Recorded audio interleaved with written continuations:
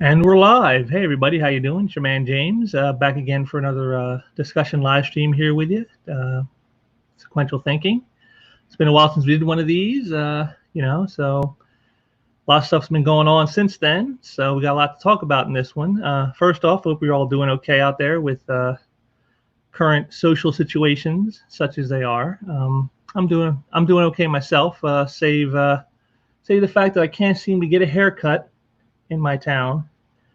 I haven't had hair this long since 1997, and I was a lot younger then, so it's not quite as much fun trying to keep it up now as it did then. So, but I hope you're all doing well, and we're gonna get into our stuff here pretty quick. We're gonna be talking about the recent expose done that shows the Whisper Network in the comic book industry. That many have spoken about, many have intimated about, but we never really knew if it existed or not. And it's now pretty much conclusively proven that it does exist. And this Whisper Network has been very busy over the last month. Destroying many people's lives and livelihoods, trying to cancel, just about anybody they can, get their hands on. Really, it's really amazing how deep all this runs, and as you'll learn, it's been going on for a while. This isn't just something that just popped up within the last month. This is something that has been going on for literally years, canceling people, ruining their business dealings, all this stuff going on in the background that nobody knew was going on. And yet, it was happening right under everybody's nose. And, it's really mystifying to me how something like this could just go underground so well for so long. And so, we're going to talk about that. We're going to talk about the damage it's done to the industry, to colleagues, to all this kind of stuff. It's really, when you think about this, and when you see what I'm going to be showing you, it's almost like a microcosm of what you see going on in the greater world, at large today, with trying to get people canceled and businesses closed, and people who are letting the political leanings they have destroy everything, in the name of always in the name of something good, trying to stop racism or stop sexism or stop whateverism, they think they can apply to it, when really all it is just a naked power grab by people who want to remold and remake the world in their image with them at the top. And that's all this is too. And you're going to see that very soon here. So first thing I'm going to do here is take me off the screen here, because you guys don't need to see my ugly mug any more than you have to. And then we're going to share the screen here, and I'm going to bring up the first bit here. Let me see, because like I said, there's a lot that's been going on, so I got like lots of stuff to go through. And let's see, it's right here. We'll start with this one. Now, these first few I'm going to show you, these are stories that were written.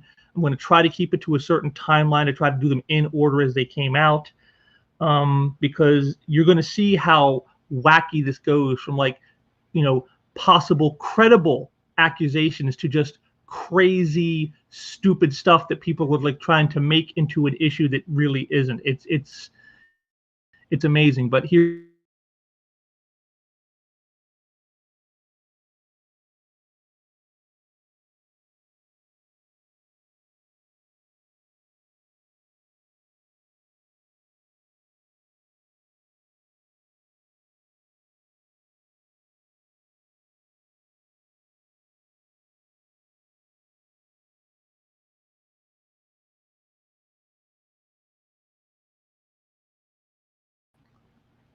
yeah, sorry about that, folks. Little technical difficulties. What are you gonna do? It's the way it goes. But we just boomer it up here.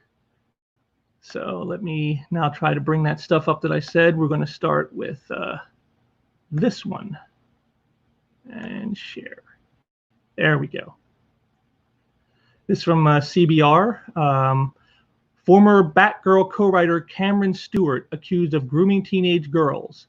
Comics writer and artist Cameron Stewart has been accused of grooming teenage girls. Now, this is probably one of the ones that was more serious. This is stuff that seems to have perhaps some credibility to it, but it's still, this is just the very beginning. And you can see right here, the date, June 16th, about a month ago.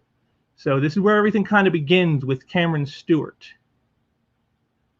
And, that's where it begins. And then our next one, let me share the screen again.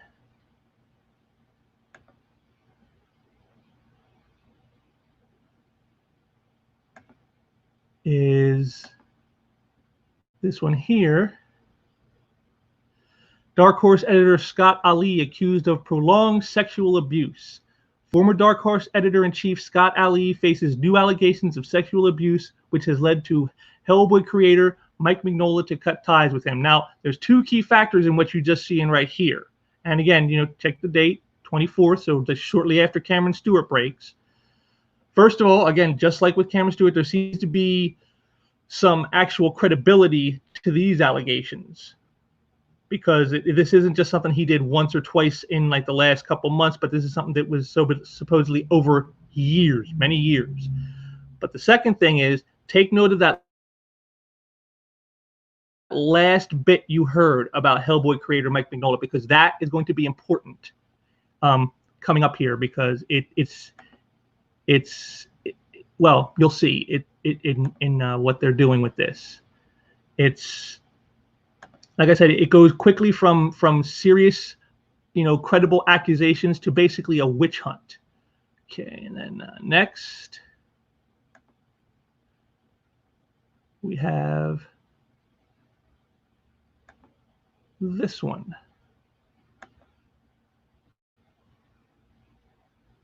This comes from Multiversity Comics. See?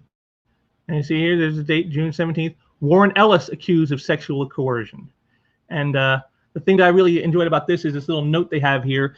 Note, due to some extremely inappropriate comments, we have disabled and deleted all comments on this post. We are very sorry to our readers who were trying to have a civil conversation about this topic, but the trolls came out of the woodwork. We believe victims and will not tolerate their experiences turned into fodder for ridicule or dismissal.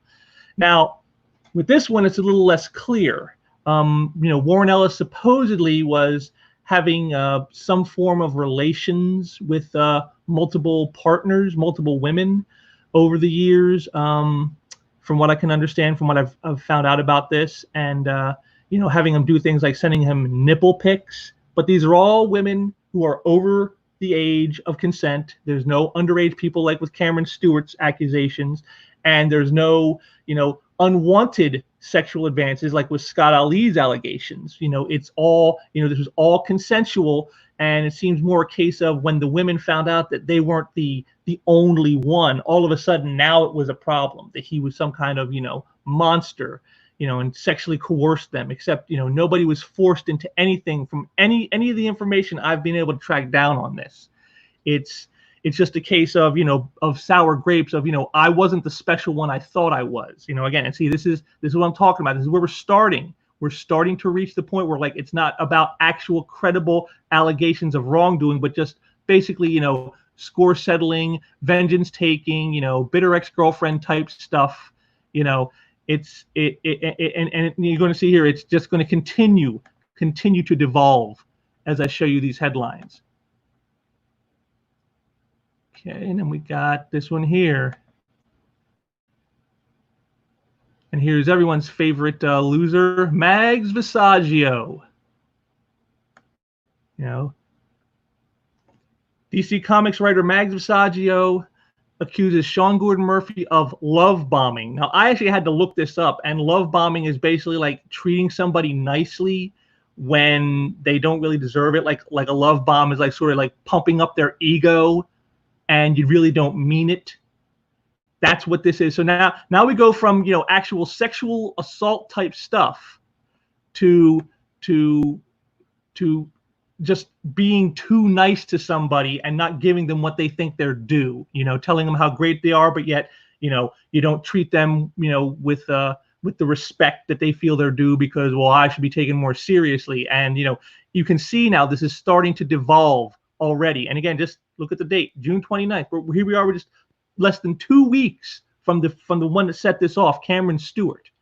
And already things are starting to fall apart, where we're bringing in people who have truly done nothing wrong. There's nothing wrong. There is nothing, and again, I'll show you this later because Mags' story is a specific one because they even note that there was no sexual misconduct on Sean Gordon Murphy's part. So here they are complaining about something that is something that no rational adult would ever complain about. They just do it because, well, I guess they want to get in on the fun. And then here's our last one that I'll have for just the headlines. This one's also from Bounding into Comics. It's everyone's favorite soy sci-fi writer, Chuck Wendig, and we got here, he did July 3rd.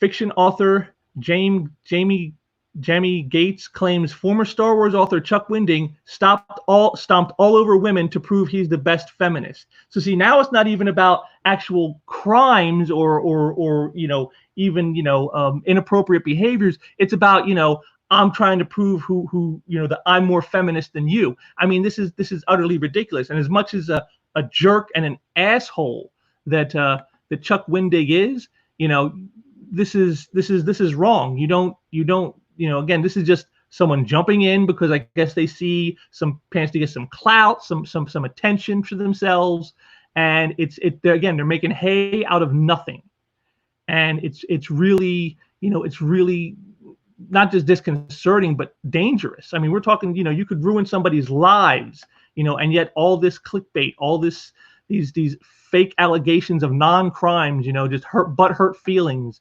It's really scary what's going on. But now we're going to get into some more details of things because, as always, I've saved lots of stuff. This is why it's taken me so long to get this video out. A lot of people have talked about all this stuff already, and it took me so long because, as you can see, things are happening quickly and it keeps coming and coming and coming, and you just, you're trying to keep up with it all, and it's very difficult. It's very difficult. But we're going to share this here, and we're going to start with this is Becca Caden, who, according to what I've found out, is a comic book editor, although I don't think she's editing anything right at this particular moment, but she's been one in the past and presumably will be one in the future. She comes out with some allegations, and we're going to run through all this here real quick. Former Dark Horse editor Brendan Wright sexually harassed me and stalked me for over a year. We met at a Dark Horse party at Emerald City Comic Con, and he immediately took a liking to me. I was a young editor looking to make more connections, so I said yes to exchanging contact info. He quickly became obsessed with me, calling and texting constantly, showing up at my then day job, even showing up outside my apartment building. Brendan would remind me all the time that he knew more people than I did, that he could get me on projects if I was feeling generous, all while telling me how much he was in love with me and how badly he wanted to fuck me. After he quit Dark Horse, we started working together freelance. Once in a bar, I always insisted on meeting in public. While we were going over notes on a script, he again told me that he was in love with me. I asked him to stop saying that, and he responded with the concern and he responded with what he considered a joke, saying, "Even though I want to fuck your face," he laughed loudly. Another time at a workup meeting, I drank too much and ended up having to crash at his place. I'm going to stop you here if you're thinking this is my fault. I drank too much. It happens. I didn't want to drive. The buses had stopped running, and this was before ride sharing. So you see right here already, he may have been inappropriate. He may have had, designs on her and she wasn't interested. But here you notice when she's in the wrong, oh, don't blame me. It happens, so it just happens when you do the wrong, when you're drunk, when you do something stupid, that just happens. But when it's someone else, well, see, now they have to be held to account. You see, this is the double standard right here already. And, you would think in the beginning, that first part I read you would have some sympathy for this woman because, wow, she's being, macked on, and she's not wanting it, and he's not catching the drift. You know, you would feel bad for them for that. But then you see this, and you just say to yourself, you know, how much can I believe what I just heard before, when here you got this, you admit to your own wrongdoing and then just brush off like, oh, don't admit, it's not my fault. It's not your fault. You drink too much. You don't know that you're a drunkard. You don't know that you're a lush. Come on. Come on.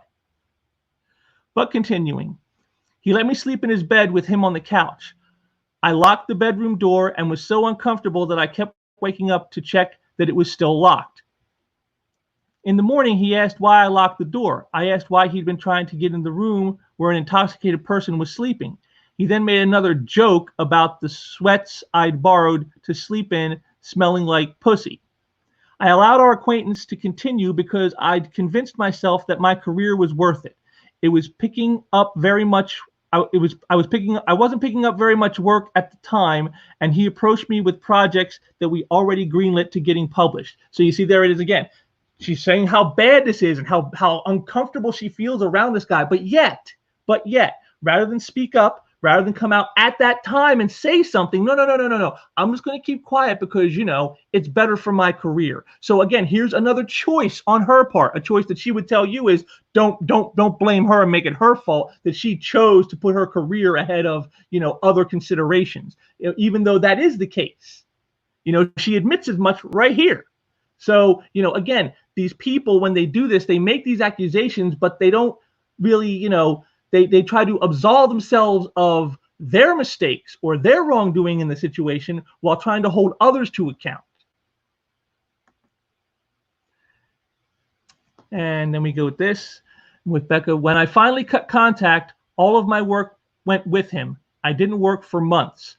These are just two of many memories I have of him. Brendan Wright used his position of power to torment and harass me in an attempt to satisfy his own obsessive sexual urges.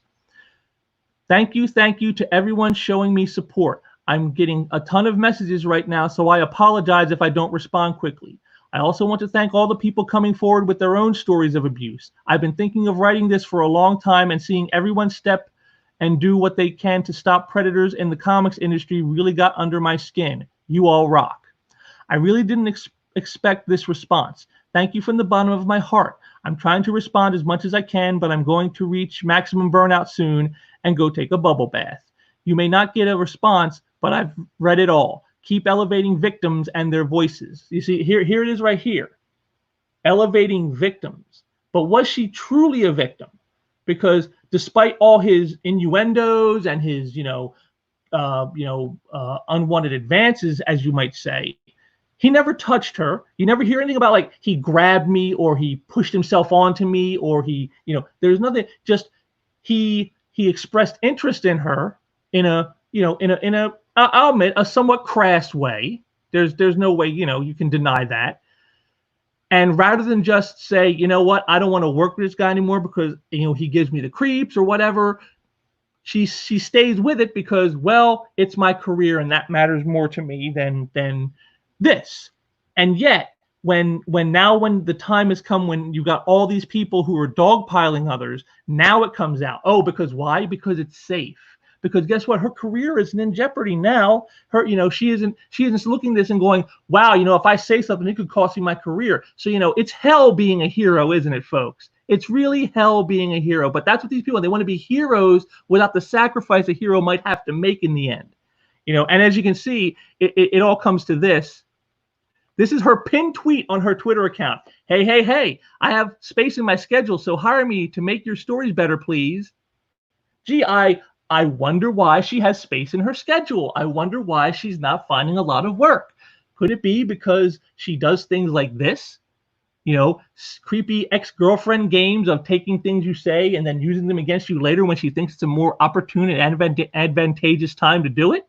I wonder if that has something to do with it, Becca. I wonder if that's the case. I wonder if it's because they know that, you're the type who gets drunk and then when something goes bad, you want to try to blame somebody else. I wonder if you're the type who absolves themselves of their own wrongdoing, even as you want to hold others to account. Do you think perhaps that could be why you're having trouble finding some work? Do you think maybe that could be why you have space in your schedule? Or is it just, of course, sexism? Why are we even asking? We already know what the answer is, don't we, folks?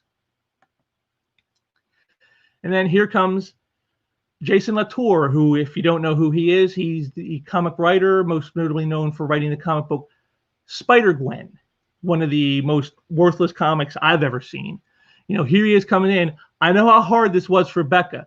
She has wrestled with this for a long time. I believe every word. Oh, do you now, Jason? Do you believe? Well, that's interesting because, here he is when Cameron Stewart's thing comes out the very next day, and he goes, I met Cameron years ago. I've been in bars with him or social events a dozen times or so. But when I interviewed him a while back, that felt like that was the first time I was getting to know him.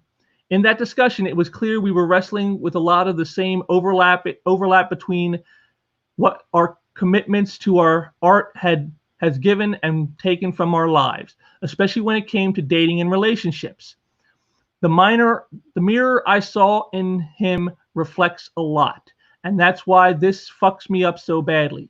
It's tough to even say his name right now. I think a lot of us are afraid to acknowledge there's a power imbalance that we all abuse in some way or another. We're afraid that if we talk about him, we make it about us, but it is about us. Comics as a culture is the only place most of us truly fit in. And that is what makes dating in it as hard. But that's what makes dating in it as hard to resist as it can be to manage. Many of the people here, especially the women, want to feel like their time invested in this space is rewarding. Sometimes they are looking for love or intimacy or even casual sex out of it. And that's their right to have that freedom on their terms. As men, we have to work harder to understand that even saying yes is not always the same as understanding what yes means. I have been in situations where I thought the ground was level and failed to realize that in this field, level has a different definition. Women risk something by showing any interest to anyone. Sometimes they even risk even more by walking away, because the eyes through which this culture is seen and judged are still largely those of men. And that many women navigate our attention simply because they love comics enough to put up with it. It fucks me up knowing there are men out there who wrestle with this and lose. It fucks me up more to know there are men who will never even think about it. I don't have answers. I just want you to know I'm listening, and that if it's ever seemed like I don't care about these things, I very much do. So right there, throwing Cameron Stewart under the bus, throwing basically any man in the industry under the bus, to placate. And but as you can see, it doesn't really amount to much. All that placating goes, oh, here we go. This woman, Laura, it's time I spoke up. This is my experience with Jason Latour. Oh, Jason. Oh, Jason.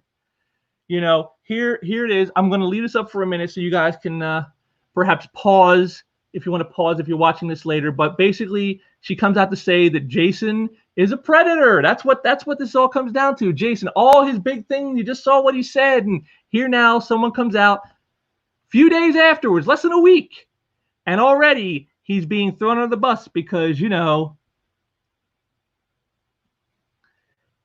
because it doesn't matter how much of an ally you are, It continues. I mean, look at this, all of this, and I love how she ends it. I'm not writing this with any intention to cancel Jason or harm his career. I'm writing it to bring awareness to the fact that young girls are coming into the comics community and being treated like this by people who are more powerful than them and have more leverage in the community. There has to be a complete overhaul of this kind of behavior in comics. We need to look out for each other and put a stop to bad behavior instantly when we see it. There is no place in comics for harassment, sexual or otherwise. And the men in comics need to shape up and take responsibility for the fact their actions have far more negative impact on women than they realize. So again, women most affected. Never mind that there are women who maybe have done some things. Never mind, like as we saw with Becca, you go out and get drunk off your ass and then crash at the guy's place, never realizing how that looks, You don't really care. It doesn't matter. Your wrongdoings as a woman don't matter. It's only the men. It's just men. Men are wrong. Men are evil. Men are predators. Never the woman making a misstep, never the woman being in the wrong. It's always the man. And even when they kowtow the way you saw Jason Latour do, it really means nothing. And then it continues on. Kara McGee, another one. This time she doesn't go after Jason. She goes after the artist of Spider-Gwen, Robbie Rodriguez. And if that name is familiar, you'll find out in a minute why. I've been quiet about it for a long time, but I've never been able to enjoy Spider-Gwen since shortly after the series first debuted. Robbie invited one of my best friends and I to his hotel room for a threesome.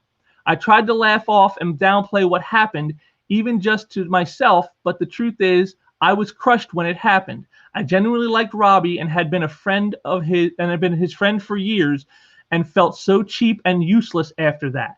I had a hard time seeing Spider-Gwen getting so much acclaim and being such an icon for young girls in comics when I'd seen Robbie treating girls like trash.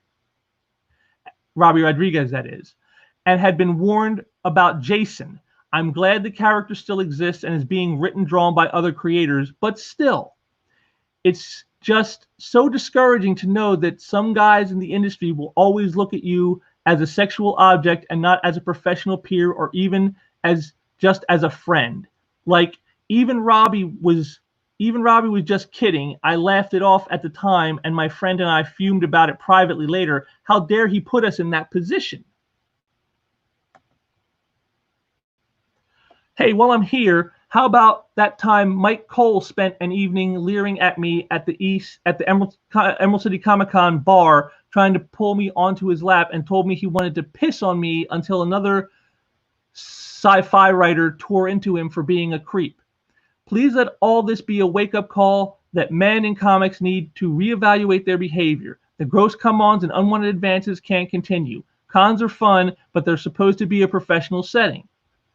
But the after-hours bar is supposed to be for relaxing and having fun at the end of the day. Sure, but everyone is consistently told that the bar scene is part of the networking as a professional. It's a professional event. Stop using it as an excuse to be a massive creep. I feel the need to clarify that Robbie didn't try to lure me into bed saying, hey, I created Spider-Gwen. I'd known Robbie for years by then. He knew me and knew the kinds of things to say to both flatter and hurt me. So you see, once again, these people, no responsibility for themselves. She went to his room. She went and hung out with him. She went to that bar. She's doing all these things, and yet it's never their fault. It's always somebody else. This is what has come of this, is no personal responsibility. Accountability to all those, not you, but no accountability for yourself. Did she ever think, that maybe, like she said, speak up right away. But did you speak up right away, Kara? Of course you didn't. Why? Because it wasn't advantageous to you at that time to do so. Now you can do damage. Now you can hurt these people. So now you speak out when it's safe, when you're the one who will be seen as the victim, when you're the one who will be seen as the righteous one for doing this. And yet you're not righteous. You're just someone out to hurt people. That's all this is. This could be a case of, maybe, she thought it would lead to something more serious with these guys, and it didn't, and there's the bitter girlfriend angle, or maybe she thought it would help parlay into her career in comics, and it didn't turn out that way. And now it's all anger because, damn it, I did these things to get ahead and it didn't work. These are all aspects that you notice in all these stories you've seen. None of that has been covered. None of it. No culpability on the end of the one making accusations. They are completely blameless, and it's the other party that is completely at fault. This is what you always got to think about when you hear these stories. Rarely is it ever always just one side.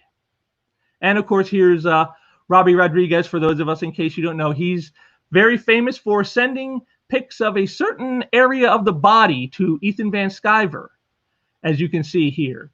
And even did one to the fans. So, so for me to have to sit here and kind of stick up for him is a little bit tough, but it should show you where I'm coming from on this. As much of a scumbag as Robbie is, you don't just make accusations like this to people and about people. And then here we come to Warren Ellis, who we saw got reamed, in those headlines I showed you. Recent statements have been made about me that need to be addressed. I have never considered myself famous or powerful to the point where I've made a lot of bad jokes about it for 20 odd years. It had never really occurred to me that other people didn't see it the same way, that I was not engaging as an equal when gifted with attention, but acting from a position of power and privilege. I did not take into account in a number of my personal interactions that this was a mistake, and I own it. Once again, he's not seeing himself as famous, but yet because others do, it's about what others say about you, what you think you are, who you are, what you're about. That doesn't matter. You are what others say you are, and you have to be held accountable to that, accountable to others' view of you. And, I think that's completely and utterly ridiculous. You don't get to dictate who I am. In a lot of cases, like in his case, these people probably, they didn't even know him. How are you going to sit there and say, because you had this one interaction, I suddenly know this guy and how I see him is how he is, and he needs to respect that and own it? No, he doesn't. Your perception is not necessarily reality of who a person is. This is what's missing in all of this stuff. But continuing, while I've made many bad choices in my past and I've said a lot of wrong things, let me be clear. I have never consciously coerced, manipulated, or abused anyone, nor have I ever assaulted anybody. But I was ignorant of where I was operating from at a time I should have been clear, and for that I accept 100% responsibility. So again, no assaults, no manipulation, no coercion, no abuse.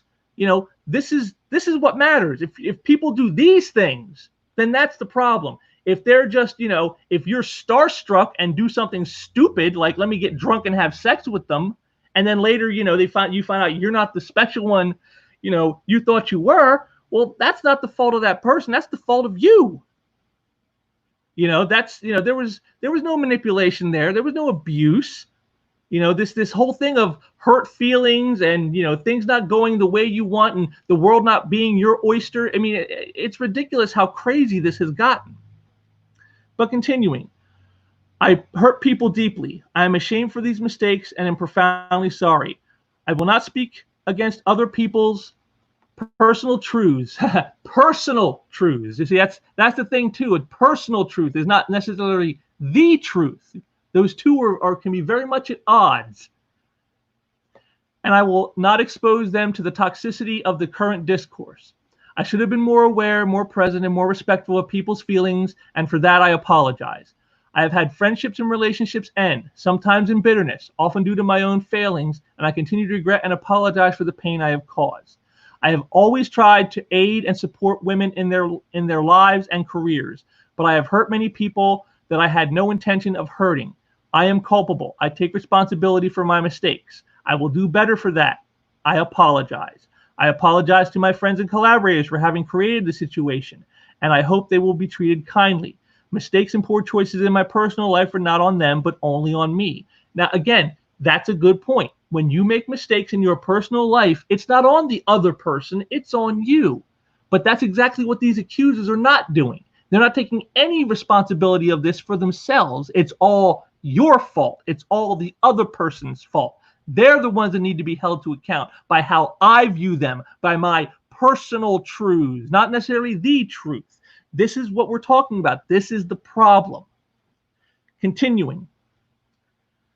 We have a responsibility to one another every day, and I have in my past let too many people down. I hope to one day become worthy of the trust and kindness that was placed in me by my colleagues and friends.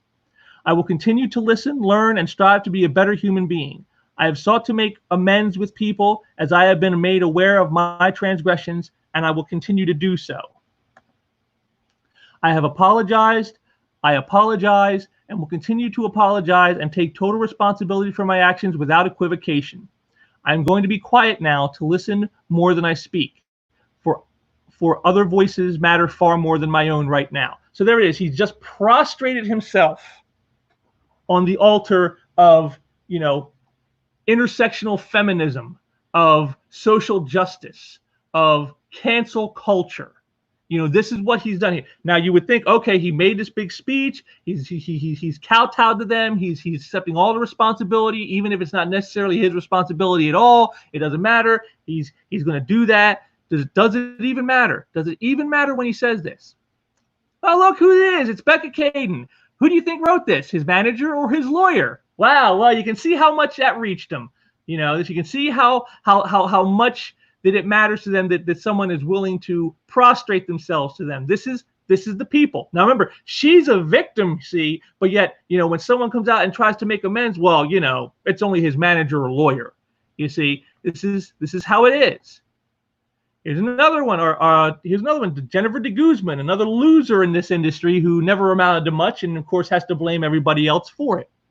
A creator who met a 19-year-old fan when he was about 30 and started a sexual relationship with her, and a white creator who replaced always Asian girlfriends with younger women every few years. And I always had the thought that I don't know how the women feel about these situations, so I should mind my own business and shouldn't discount their agency. But I find again and again that where I felt something was wrong, something was. So again, see, this is the whole thing of if you see something, say something, speak up.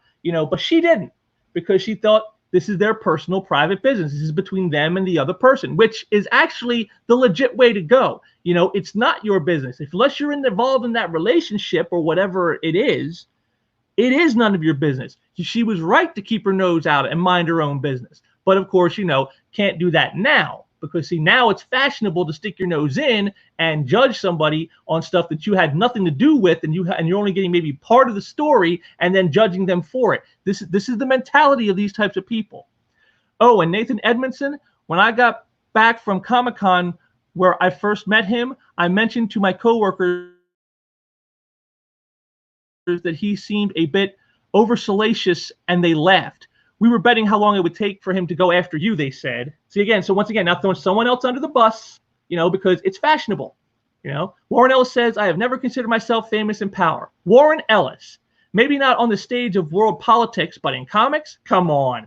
While privilege is often blind to itself, I'm calling bullshit. He knows his influence and reach. But again, see, it doesn't matter. He doesn't see himself as famous. Again, once again, his views mean nothing. It's what other people think. This is how this works. This is the core of cancel culture, of taking what others say about somebody, how they view them, how they see them, how they perceive them, and saying that's what they are. And what they feel, what they think, what they know about themselves, means nothing. It means nothing. And again, but again, this is only a standard for those they have an issue with, for those they want to destroy, for those they want to attack.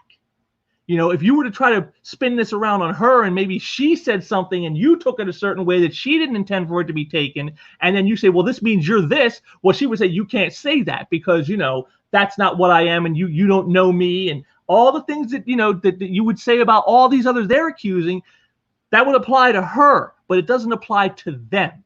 And that's the hypocrisy of it all.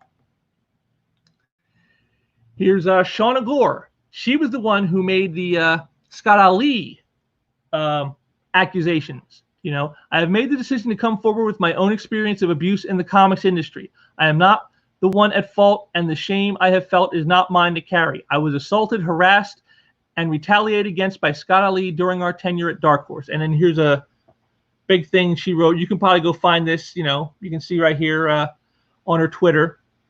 She posted that up, so you can go find it there. But again, this is key. Ali is one of the few in all of this that I have seen that there are credible allegations, because it's not just Shauna or another girl. It wasn't something that happened just recently. This is stuff that has been going on for years. Just like Eddie Berganza at DC, who recently was canned a couple years back. He was also well known for doing this, and Scott Ali seems to be, from everything I've been able to find out, seems to be in that same vein. But see, again, Scott Ali versus Warren Ellis, it's not the same thing. It's not even close to the same thing. But you see how people like Jennifer de Guzman and Becca there, how they conflate it all. It's all the same thing, except it's not all the same thing. There is a difference between being assaulted and people hitting on you that you're not interested in. There is a complete difference there that it needs to be not just noticed, but enforced. And of course, Dark Horse themselves have to come out and talk about this. We believe Sean and Gore, effective immediately. Dark Horse Comics will not be working with Scott Ali now or in the future. We apologize to fans, creators, and employees for all the damage and hurt Scott has caused. It is critical that employees feel safe, secure, and supported in the workplace. They should feel safe in making these inexcusable actions known without fear of reprisal. Dark Horse Comics will dedicate itself to ensuring that this will not ever happen again within our company. See, again, they should feel safe in making these inexcusable, but were they inexcusable actions? You know, again, the difference between assaulting somebody, yes, that is inexcusable. Love bombing, I don't think so. That's completely ridiculous to say that those are the same thing and they should all be conflated together. No, that is not. So, you know, when you make these accusations of saying I was abused, well, what does that really mean? Oh, you just didn't get the attention you wanted from somebody, or you didn't get the benefits of your career that you thought you would get in doing certain things or whatever. And so now that somehow is abuse to you? I don't think it is. You know, but again, this is how the companies react. They're afraid. They're afraid they'll be the ones in the crosshairs next. And here we are, Mike Mignola. Now, remember what I said. Remember we saw Scott Ali's thing and it said Mike cut off ties with him. Here's where it comes in. I believe Sean Gore. Given what I have read today, I will be discontinuing working with Scott Ali. Now, there you go. See, there it is. He's cutting ties. He doesn't want anything to do with him. Okay, you know, I can understand someone who's been credibly accused of a long-term, you know, situation of sexual assault. Yeah, I can see you going. But then coming in right behind, Amy Reeder, you were the reason he still had a job. They feared repercussions from you. Maybe he manipulated you. I don't know. All I heard is they couldn't fire him because it would cause Mignola to leave and the entire company would fold. It's tough to hear that about a fellow creator. So again, throwing him under the bus, throwing Mignola under, who's done nothing wrong. Keep this in mind. Mike Mignola is not being accused of anything, any impropriety, any abuse, any assaulting, nothing. He's done nothing wrong except work with a guy who has been credibly accused. That's his crime. Crime of association. You know, and, you know, we've talked about this before in many of my other streams on this, you know, that's what they do. They make you guilty by association, you know, just like with Comicsgate, like with Ethan Van Sciver. If you work with Ethan Van Sciver, they will come after you for that. Why? Because they hate Ethan Van Sciver. Never mind whether he's guilty of any wrongdoing or not, doesn't matter. We don't like him. He must be destroyed. And the only way to destroy him is to isolate him. And if you work with him, you are refusing to isolate him. Therefore, now you are on the chopping block. Guilt by association. You haven't done nothing wrong. You may not necessarily agree with what Ethan said or did or whatever it is that the bugaboo that they have with Ethan on that given day. But it doesn't matter because you're associating with him. And that's the thing they want to do. They want to isolate you. They want you to be completely alone. And anyone who works with you, anybody who would dare to even associate with you personally, and they will come after you. They did the same thing with you know, many people that I could sit here and name. I can over the past streams I've done on here. You've seen me go over this again and again and again. That's what these people do. It's all about isolating their targets and destroying anyone who would dare to cross that. And that's what this is right here with Amy Reeder. She is trying to destroy Mike Mignola because he was associated with Scott Ali. Never mind that he may not have known about any of this stuff. Never mind that he was definitely not involved with any of this stuff. That doesn't matter. All that matters is you're connected to him, and therefore you must be destroyed too. You know, and here's Brendan Wright, the one that Becca was complaining about. I guess now we know why Cameron Stewart has been happy to continue working with Scott Ali. I'm wondering about Mike Mignola. He continues to work with Ali as well. I don't know. I will say that what Ali lacks in editorial talent, he makes up for in snowing people into believing they somehow need him. Classic abuser behavior. Oh, so see, once again, throwing Mike Mignola under the bus. Once again, this loser here, this David Perchett, He's a fucking loser. That's what you are, David. You're a loser trying to throw a legend under the bus. Why? I don't know. Maybe he didn't sign an autograph for you when you wanted. Maybe he didn't give you a job when you wanted. Maybe he didn't do what you wanted with the characters or whatever. I don't know. But see, once again, guilt by association.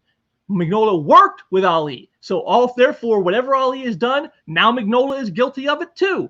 Cameron Stewart also guilty of it too, because he worked with the guy. Never mind that they could have been just a professional relationship and not a personal one. Couldn't be that maybe they didn't know about any of this stuff, or even if they did, they figured it's none of my business. I don't need to get involved in this stuff. No. That's not what it's about. No. It's always about destroying somebody. Always. So, it's just amazing to me that these people do this. Okay,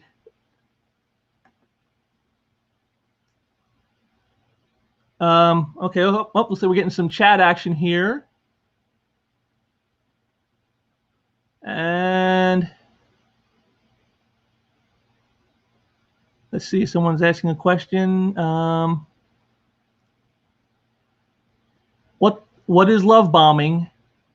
So if the guy is nice to you but does nothing but be nice, it's wrong. Well, basically what love bombing is at least as I've heard it, it's like pumping up your ego, like something you think that you're better than you actually are, but you're not really that. They don't really see you in that way. They don't see you as someone who is their equal. They're just saying it to placate you. They're saying it, because maybe they see advantage in being your friend somehow, and so that's why they do it. But it's not because they actually care about you or care about, maybe the relationship. It's just something they're doing for their own personal benefit. That's what love bombing, at least from what I can understand, it is. Because I'd never heard this term until that happened. But we're going to get into mags here in a minute. Here's another one. Guy Davis. Dark Horse and Mignola knew of Scott Ali's harassment and toxic behavior, which was publicly reported and commented on by Dark Horse back in 2015, and both continued to work with him. Dark Horse can't force an editor, writer, or on a creator, let alone Mike. So why do they keep working with him? Well, see, and this is Guy Davis, who's worked with Mike Mignola on BPRD, the spin-off book from his Hellboy franchise. And here it is, no problem throwing Mignola under the bus. I guess what? Because Guy isn't getting any work from him anymore. So, well, I guess I don't need that relationship anymore. And I don't want to be the next target to be called out saying, because I worked with Mignola, which means I'm connected to Scott Ali. So I got to say something now to save my ass. I mean, this is what this all leads to, the classic thing of like, the secret police, and you're informing on your neighbors. That's what this is. That's exactly what this is. It's the informing on your neighbors so that they don't come for you. This is pathetic. Guy Davis, I've always liked his art. I remember his work at DC on books like, Sandman Mystery Theater. It was great stuff. I can never look at this guy the same way now, that he would throw someone under the bus to try to save his ass from cancel culture because he is tangentially connected to someone who's been credibly accused of something that he had no part in. I am guessing, Guy Davis, you had no part in anything Scott Ali was doing on his personal time with women or whoever. So you didn't involve yourself with that. And yet that's not good enough. So now to protect myself, I have to throw my co-worker, Mike Mignola, under the bus and let him take all the fall.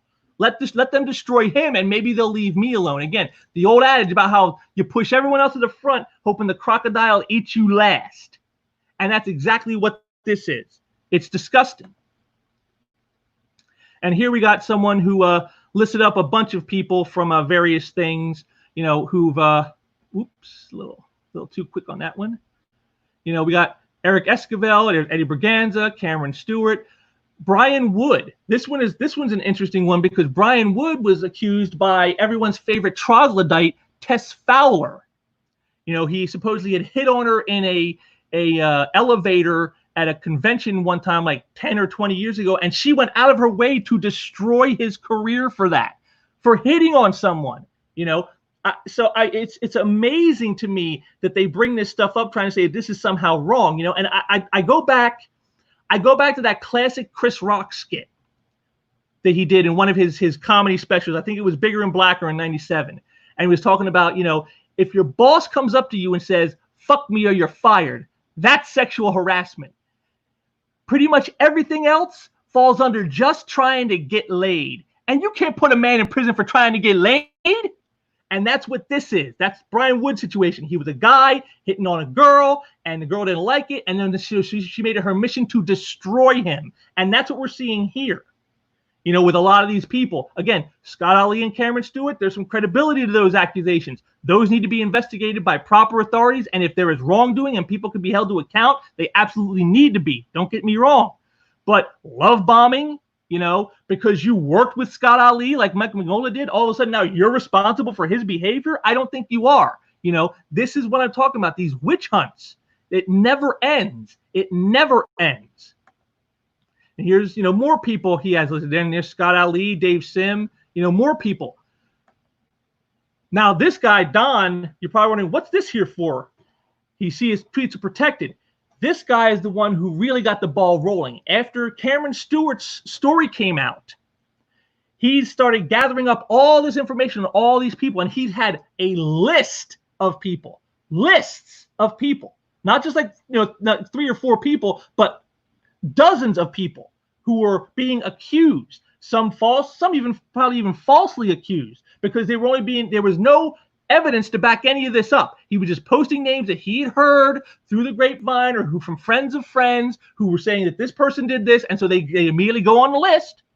And funnily enough, one of the names on that list is our good friend Tim the Soy Boy Doyle. You remember good old Timmy Boy, don't you guys? He's the one who spent an entire year as part of a campaign to call Ethan Van Sciver a Nazi and get him kicked out of the comic book industry. And what was his basis for this? Because Ethan voted for Trump. That was his sole reason to get him destroyed and kicked out of the industry, was because Ethan Van Sciver voted for Trump, and therefore he's a Nazi. And for an entire year, this dickhead and some of his fucking butt brigade buddies spent a year trying to destroy Ethan Van Sciver's life and livelihood, calling him a Nazi.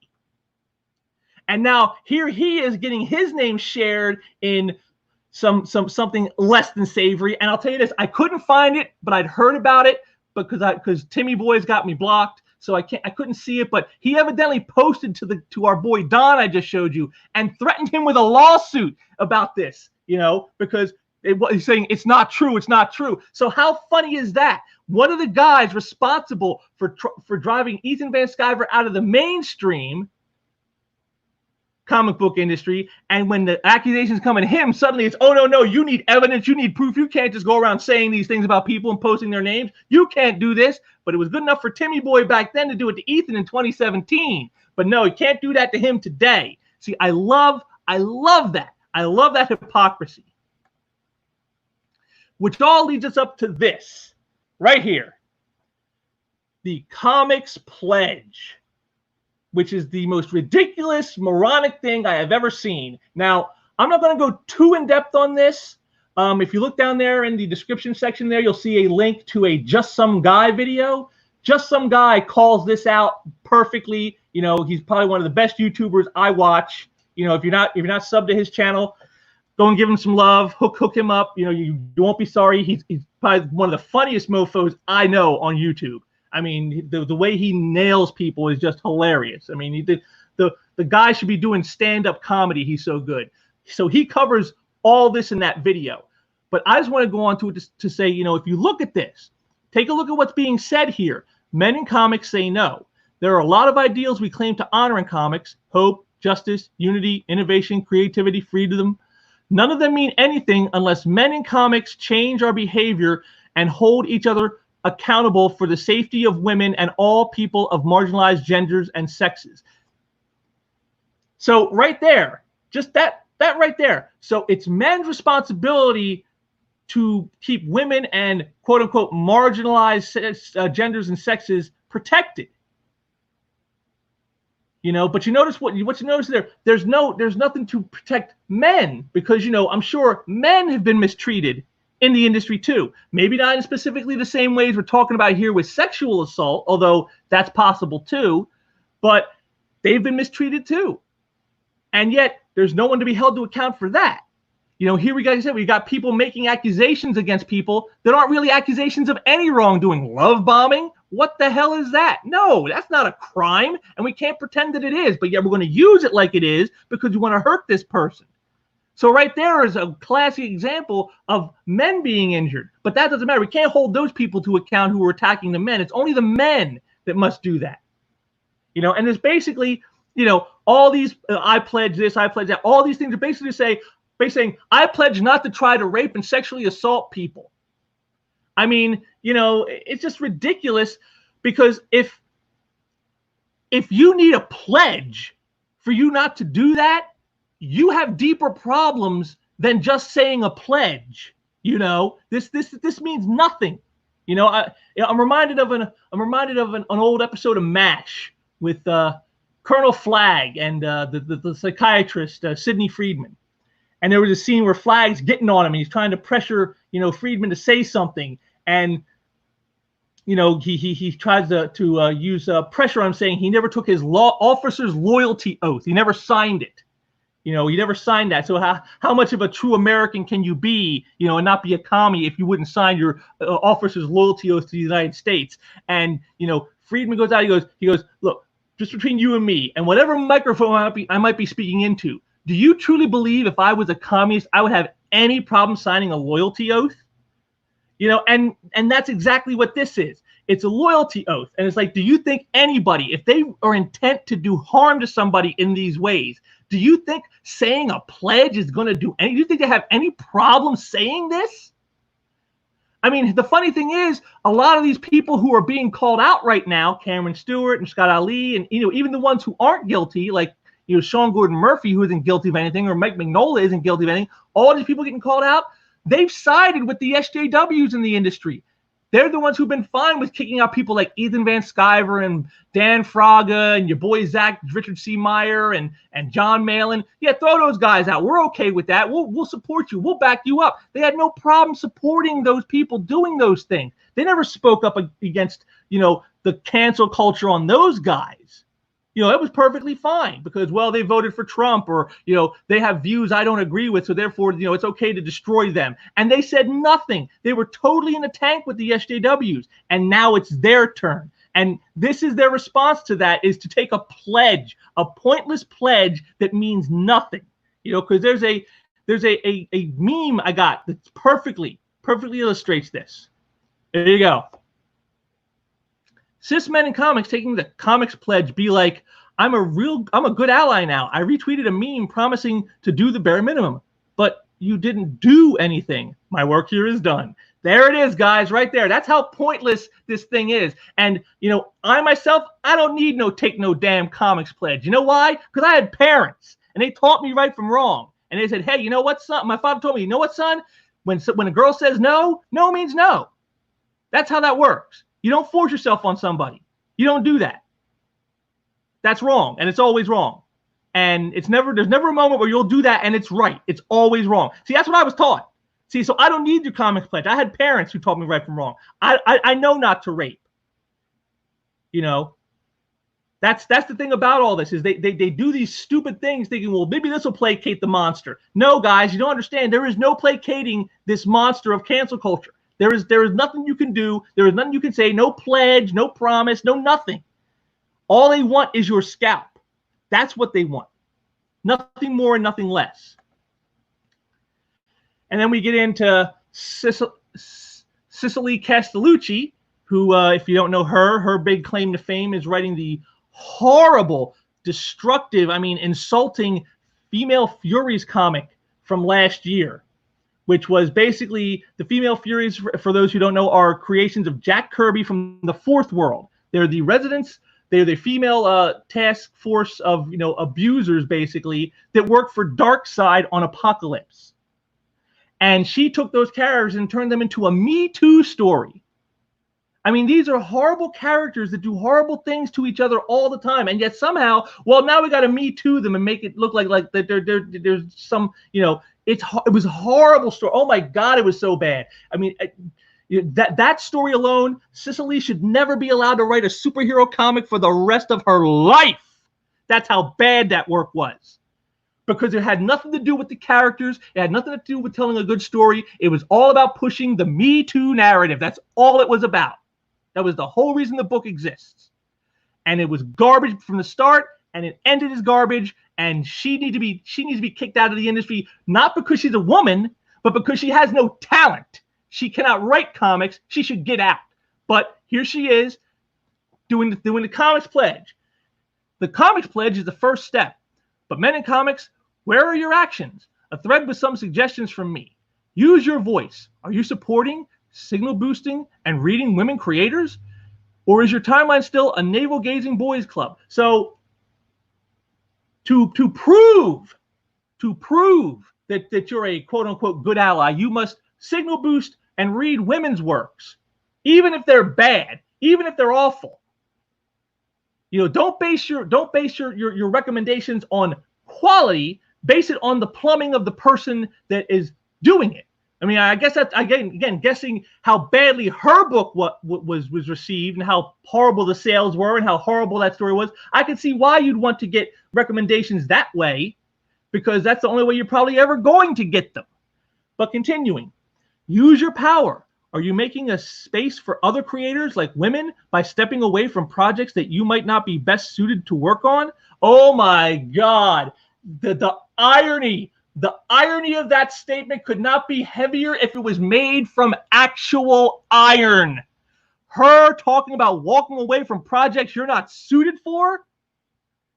My God. The minute she got the female Furies and was like, I don't understand these characters, she should have walked away, but she didn't. Instead, it's, no, I'll use them for my Me Too story.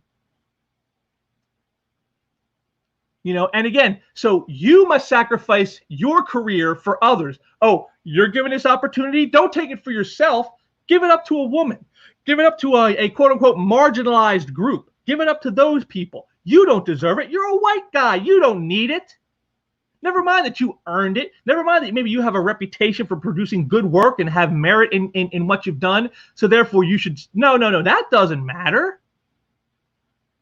Again, just like with the very first sequential thinking piece I ever did was one that was titled, competition isn't evil, it's necessary. And that went on to talk about Stephanie Cook, who we will see in this later as well, who was saying that creators shouldn't be forced to compete against each other for, work and for, opportunities, that they should be lifting each other up like a big kumbaya circle. Never mind that, the only way work improves is when you compete against someone who's better than you. I mean, that's one of my artists that I work with told me that. He goes, whenever we see somebody who does something that's really awesome, the first immediate response is, whoa, that was awesome. He goes, and then immediately after you say that, the next thing you're thinking is, God damn it, now I got to do something to one-up you. Right there, that's competition. That is what makes things good. That is what creates innovation. That's what creates great stories. That is what does it. And yet, that's not what these people want. They want you to just give them things based on their gender, based on their sexual orientation, based on their skin color, based on immutable characteristics that don't mean anything. Continuing, use your network. Are you actively suggesting women and bisexual and intersexual people of color for jobs, panels, interviews? So my job is to be your agent? Isn't that like your job as since it's your career? Or if you want that, hire an agent and that's their job to do. Isn't that what they should do? But no, instead, all you other creators who are successful, you need to be using your network for other people's benefit. Not for your benefit, but for their benefit. See, once again, the entitlement of this person. Continuing, use your cool. Are you behaving in a professional manner? I just don't mean not harassing women. I mean, are you modeling good professional behavior and making spaces drama-free and safe? Drama-free and safe from people who go out of their way to destroy others with cancel culture. from people who go out of their way to malign others' character because they don't agree with who they voted for, or because they don't agree with them on, a hot button topic like, say, immigration, or, things like that. These people, and they want drama free. Sweetie, if you want drama free, you need to get the hell out of the industry. You and all those who think like you. You're where the drama comes from. And safe for who? Because you're certainly not making it safe for the people who are in it right now. You're making it less safe. You're making everybody a target. But as always, doesn't matter. And you notice when she says professional matter, I don't just mean not harassing women. You see, so not harassing women, that's not good enough, guys. If you're not harassing women, you're still not good enough. No pleasing them. Use your words. Are you checking to make sure that there are more than one woman when you hang out, when you are on panels, when you are interviewed, when at professional dinners, when at creative summits? If not, are you speaking up about that? So now it's your job to tell other venues, like a panel at a comic convention, or you're at a creative summit where all the heads of the company come together, and you're supposed to tell them, oh wait, we don't have enough women here. You need to bring in more women. It's now your job to tell these other venues how to run their venues. Don't let them base it on the metrics that they're using. They need to base it on the metrics that Sicily wants you to use, which always boils down to just give it to women. I mean, I'm sure if the summit was almost exclusively women, she'd have no problem with that. And you notice you don't see that in here, where if you only see one guy at the meeting or one guy on the panel and all the rest are women, you don't see her saying women need to speak out and say we need more men in here. It only ever runs one way with these people. Only one way, and that should tell you everything about them and their mindset. Continuing. Use your actions. Are you actively making sure to address these underlying issues in our industry? Do you think that because you haven't inadvertently caused harm by remaining passive about these things? So once again, guilt by association. You may not have assaulted a woman. You may not have coerced a person. You may not have denied somebody, a job based on their sex or their race or whatever.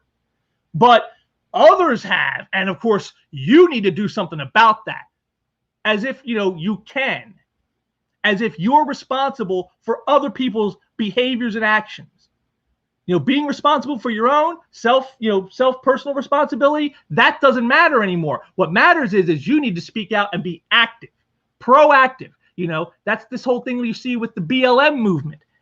They say they've actually divvied it up now, saying non-racist and anti-racist. Now you would think, well, those are the same thing, right? Because if you're against racism, you're not racist. Yeah, that I would see it too, but that's not how they see it. Non-racist is, as she puts it, passive. You are not racist. I don't go out of my way to be racist. I don't say things racist. I don't do things racist. I don't treat people differently based on race. That's non-racist. That's no longer good enough. You're still part of the problem. You got to be anti-racist, which is proactive, which is to get out in people's face, which is, if you have an uncle at the family Thanksgiving dinner who says, maybe racist things because he grew up in the 1950s when certain things he says were allowed and now they're not allowed, you got to get in his face and tell him, yo, check your white privilege, you racist bastard. That's what you need to do now. If you don't do those things, well, you're just part of the problem. You not being racist isn't good enough. And here's the same thing with her. You not being a harasser, you not being an abuser, that's not good enough. And, that just tells you that nothing will ever be good enough for these people, because you being responsible for yourself doesn't matter to them. Because others won't be. But they don't understand that's just the price you pay living in a free society. As long as the world is full of imperfect people with free will, some are going to make the wrong choice. And the rest of us just have to deal with the fallout as best we can. The only thing you can do as an individual is not be that way yourself. Don't abuse people. Don't harass people. Don't do these things that you know are wrong.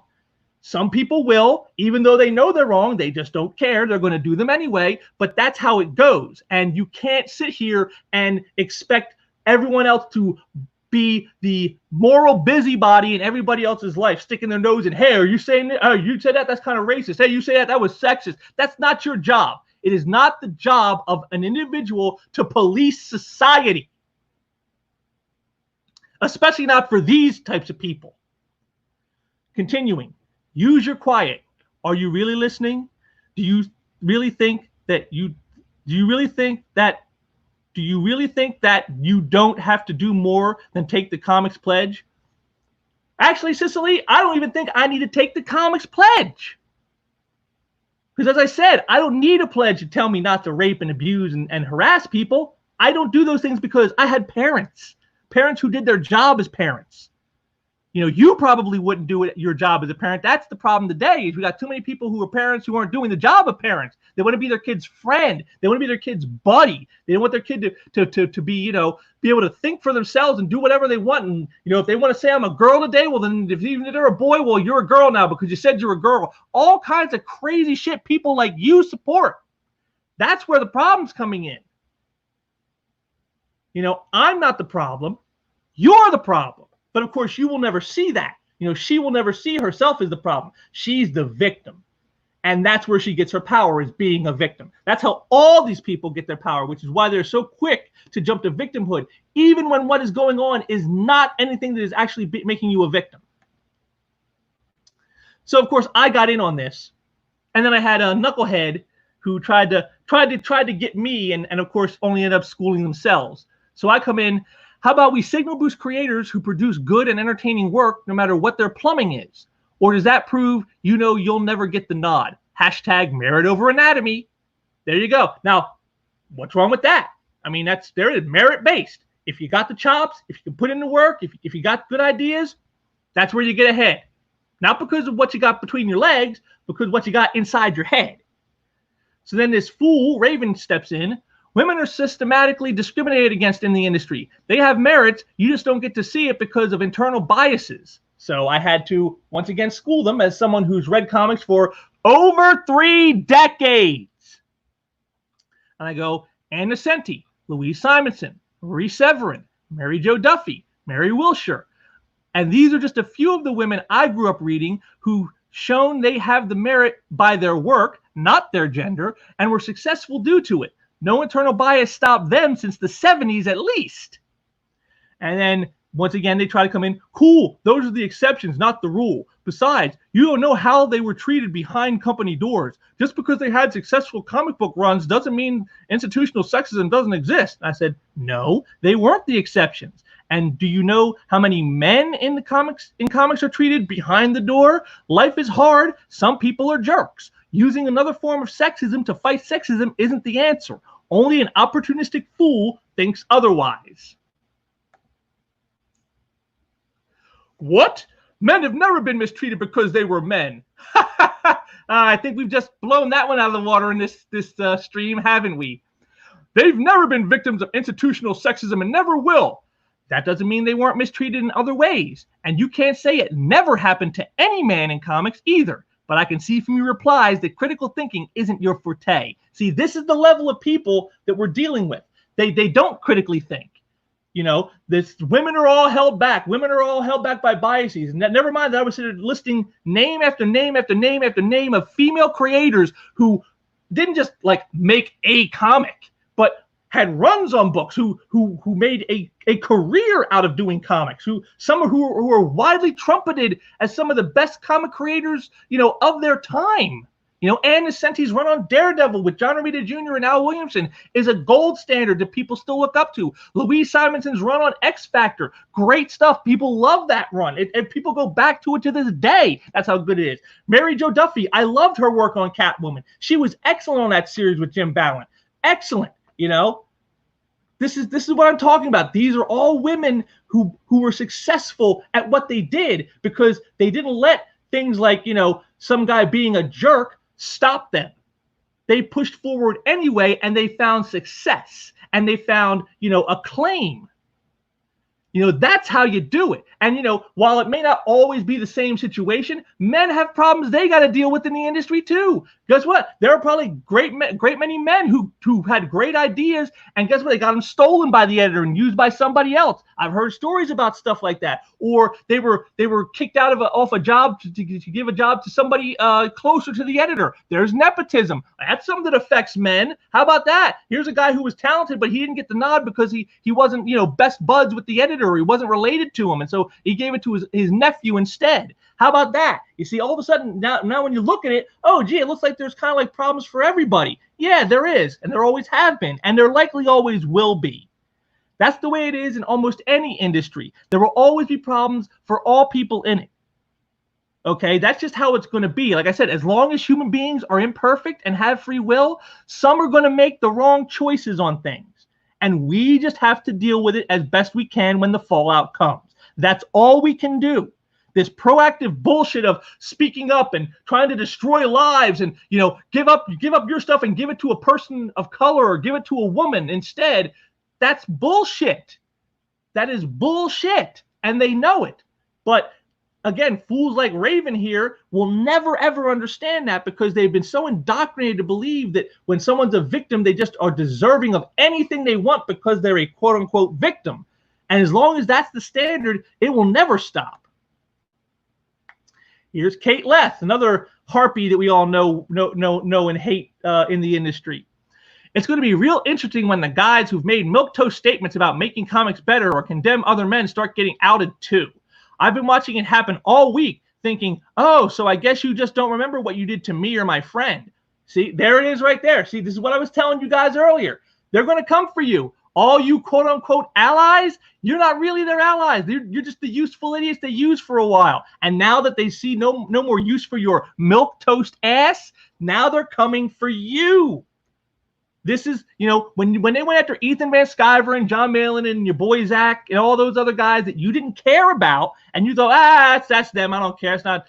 It was going to come to you at some point, baby, and that's exactly what Kate Leth is telling you right here. You were always on the chopping block. The axe was always going to fall on you at some point, and that's what we're starting to see now in the industry. Here's everyone's favorite bridge troll, Tess Fowler. If the comics industry elite knew how much intel I currently possess on where the bodies are buried, OMG.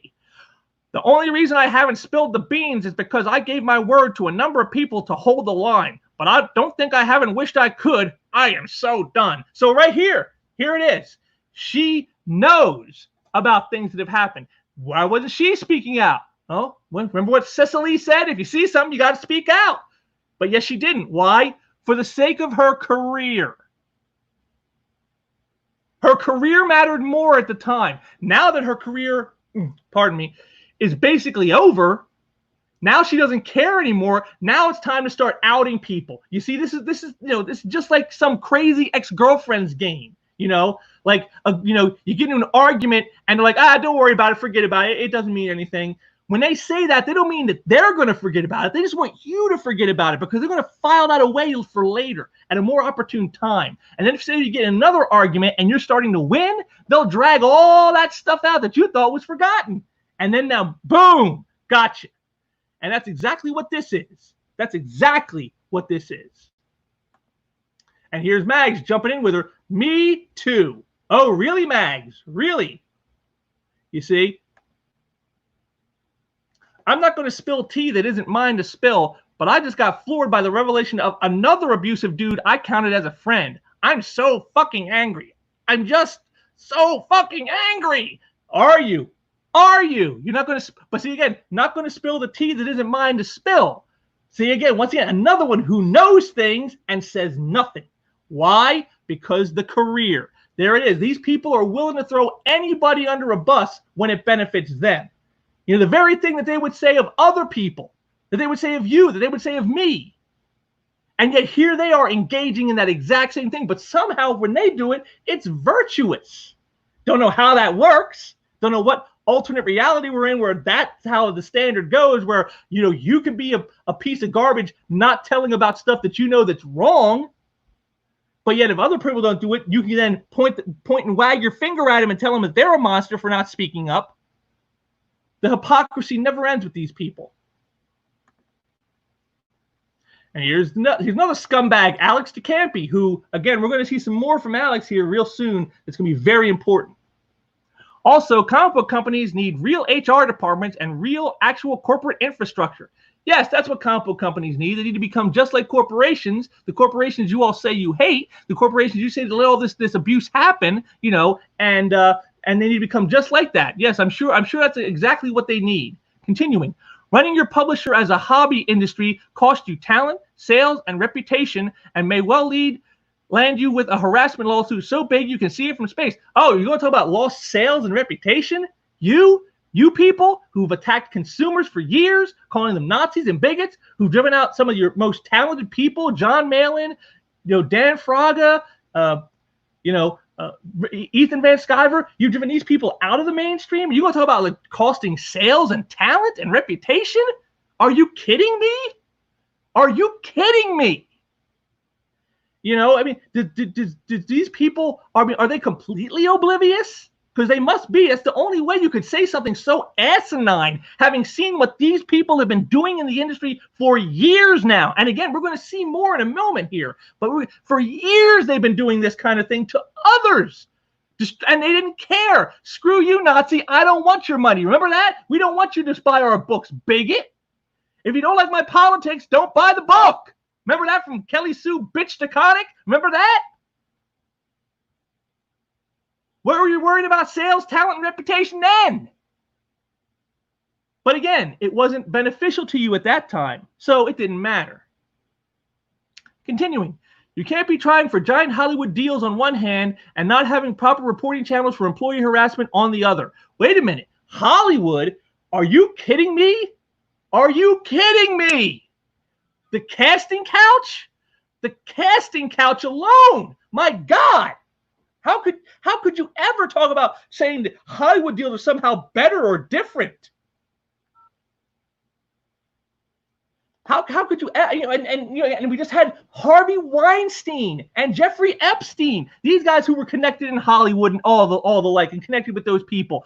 All that we got the pedo rings in Hollywood going on, and you're going to sit there and talk about, oh, we need to have proper channels for employee harassment. Hello, Hollywood is like the dirtiest den you'll ever find. My God, you can find whorehouses in Southeast Asia that aren't as dingy as Hollywood. My God, how stupid are you, Alex? Jesus Christ, do you even have a brain?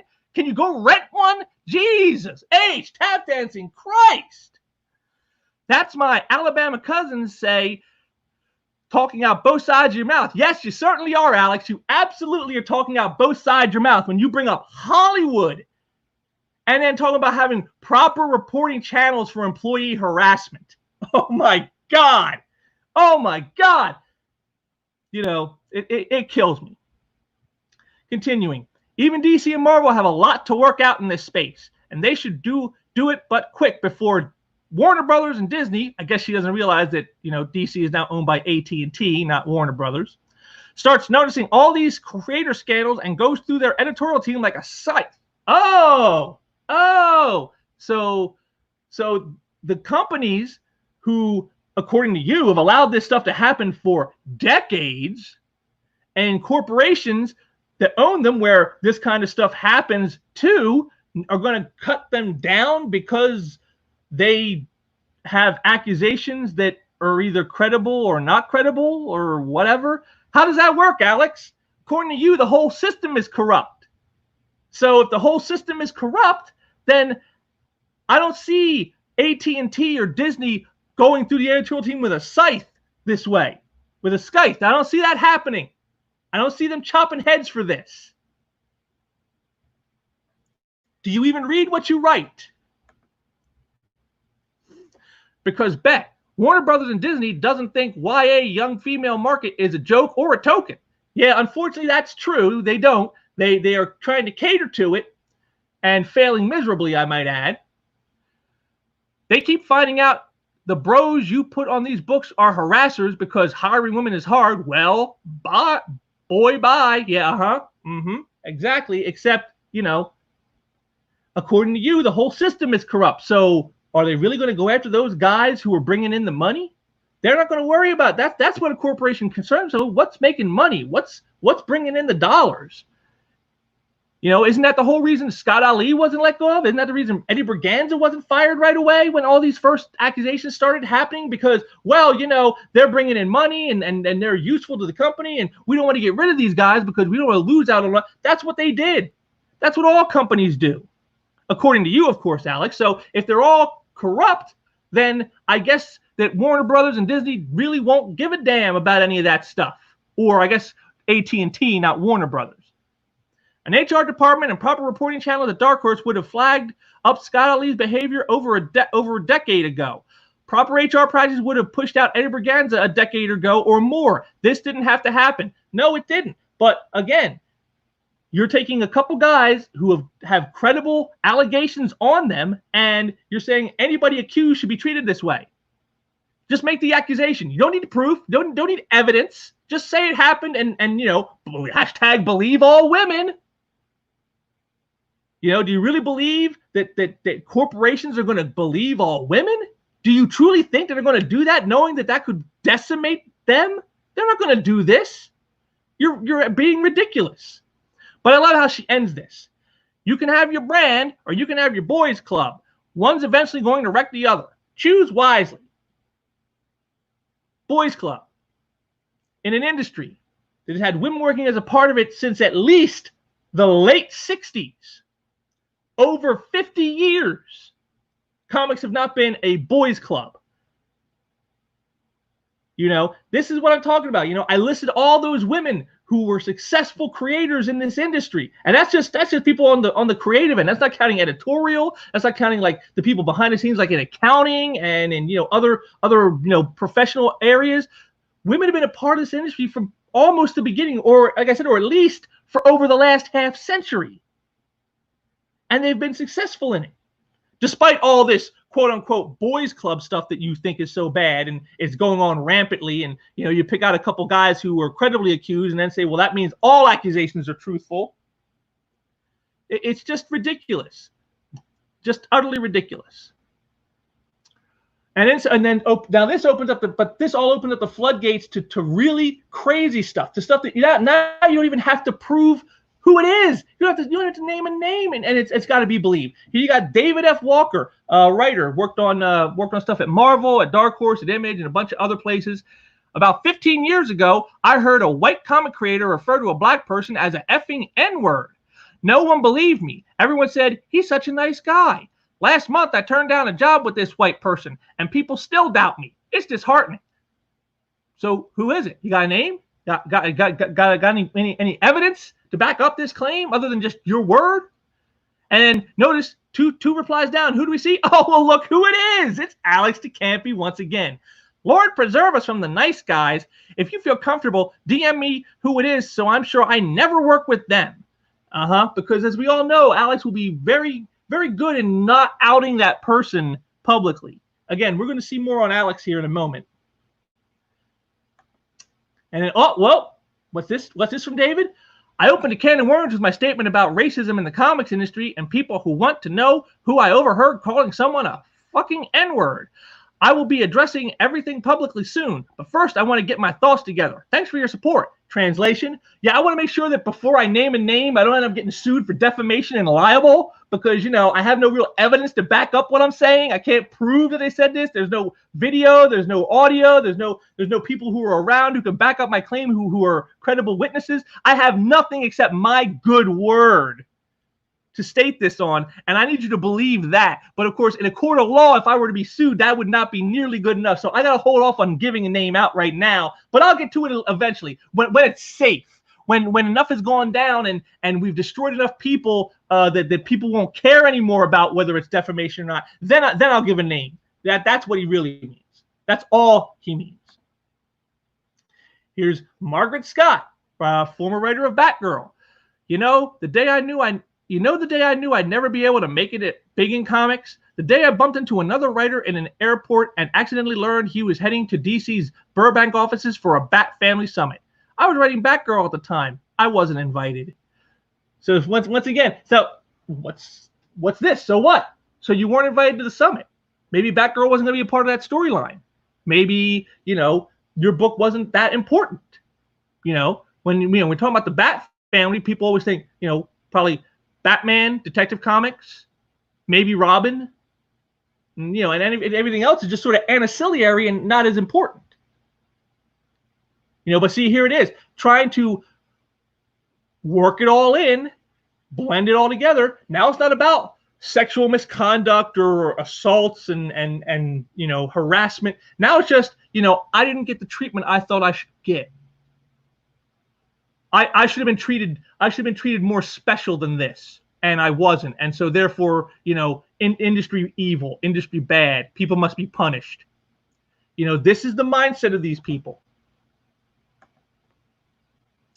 Here's our scumbag Mags. As I told you, we get to her eventually, and this is all her stuff on Sean Gordon Murphy. That little headline I shown you about the love bombing. This is it right here. I'm not looking for comfort and sympathy, so please, no internet hugs or advice. I just want to talk about what happened to me this weekend. Again, Sean never even touched me or intimated he might do so. I'm not accusing him of assault, but he did hook me and use me. So right there off the bat, there's nothing more to say. He didn't touch you. He didn't abuse you. He didn't assault you. He never even gave you any indication that that could ever happen. We're done here. Time to shut up, Mags. But of course, Mags can never shut up. Continuing. Everything from the unfulfilled promises of future professional and financial assistance to love bombing, all in the service of making sure I defend him when he did problematic shit. Textbook stuff I've spent days thinking over and talking about with other women he did it to. So, well, first of all, Mags, you're not really a woman. You're a trans woman. And that means you're a man biologically. So we're not going to say other way. You talked with women, biological women about. So we're going to get that out of the way right now. Okay? You saw that photograph of him of Mags with Sean Gordon Murphy. Yeah, that's no woman. Sorry, not other women, Mags, just women, biological women. We're going to get that out of the way. But you see, again, look at that. So they see this as they were only their friend as cover, so that way when people like Mags go after people like we've been seeing here, he has someone who could speak out for him and go, no, don't go after him. He thought being a part of their club would protect him. And now Sean Gordon Murphy is learning the hard way that no, you see, you don't understand. There is no protection with these people. They don't have friends. They don't believe in friends. They don't understand friends. You know, this is what you don't understand. So this is why you're being thrown under the bus now. Continuing. What scared me more than anything Sean did was how easily he did it to me. Again, notice there was no assault, no improper touching, nothing. He just placated their ego too much, basically, is what his crime is. This is the crime now. You were too nice to me, building me up, letting me think I was greater than I was, and then it didn't turn to fruition, and so that's your fault. It's your fault I'm a failure because you pumped up my attitude to let me think I was great, and I'm not. So it's his fault that Mags is a hack. It's his fault that Mags is a failure. It's his fault that Mags isn't a great comic book writer. It's his fault.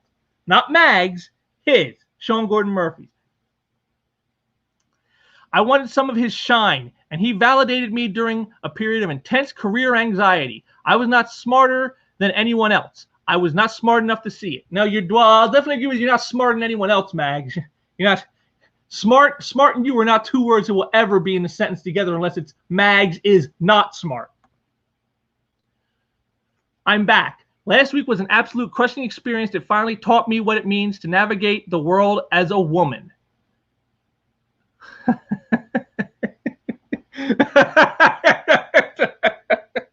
Oh, God. I'm sorry. I couldn't hold that in. Oh God. Okay, continuing. I finally internalized stuff I knew intellectually. Read the danger men qua men represent to women qua women.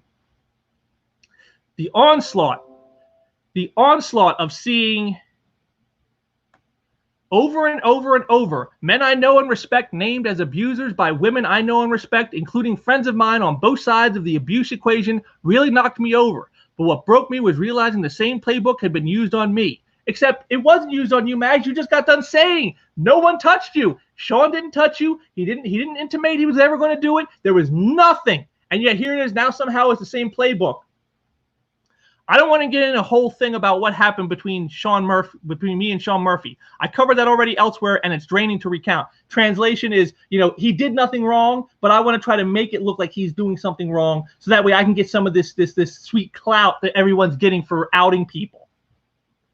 I mean, this is it. This is where victimhood as power leads you, to the point where you will try to make yourself a victim of something that you were never even a victim of something that has nothing to do with what people who are victims of something are talking about. You're bringing up love bombing and saying that's an equivocation of sexual assault. What the hell is wrong with you? Besides the obvious, Mags, what the hell is wrong with you? These people who think this way in these terms, it is so destructive. It makes me sick. You know, but that's how these things all go. That's how it always goes with these types of people. They are always going to destroy you. You know, they never, there was never a moment where you know, someone like Mags is really your friend, because they don't understand friendship. You know, and as you're going to see now in this next one, this is probably the biggie. This is the one I've been building to for the last hour and a half. You know, this is where it all leads to. This is the end result of all this stuff that over all these streams I've done previously, several of the streams you've seen me talking about this topic, you know, or touching on it in some way. This is where it all leads in the end. Expose: The Whisper Network exists and seeks to destroy male comic pros. This is from Bleeding Fool, probably one of the few comic book review and news sites that can be trusted to be at least somewhat impartial. You know, and we're going to go through this. You know, let's see. Many of the women promoting the cancellation of men in comics and demanding they post the recent empty promises known as Comics Pledge are in fact hypocrites. In this article, I'm going to present evidence of lies, collusion, rumor spreading, and in my opinion, defamation and contract interference. So there you go, right there. You're going to see it all now. This is what we've been building for. This is what has been going on and that we didn't realize. You know, this is the big one. This is what everything has been building towards, you know, for the last several years with cancel culture and everything else.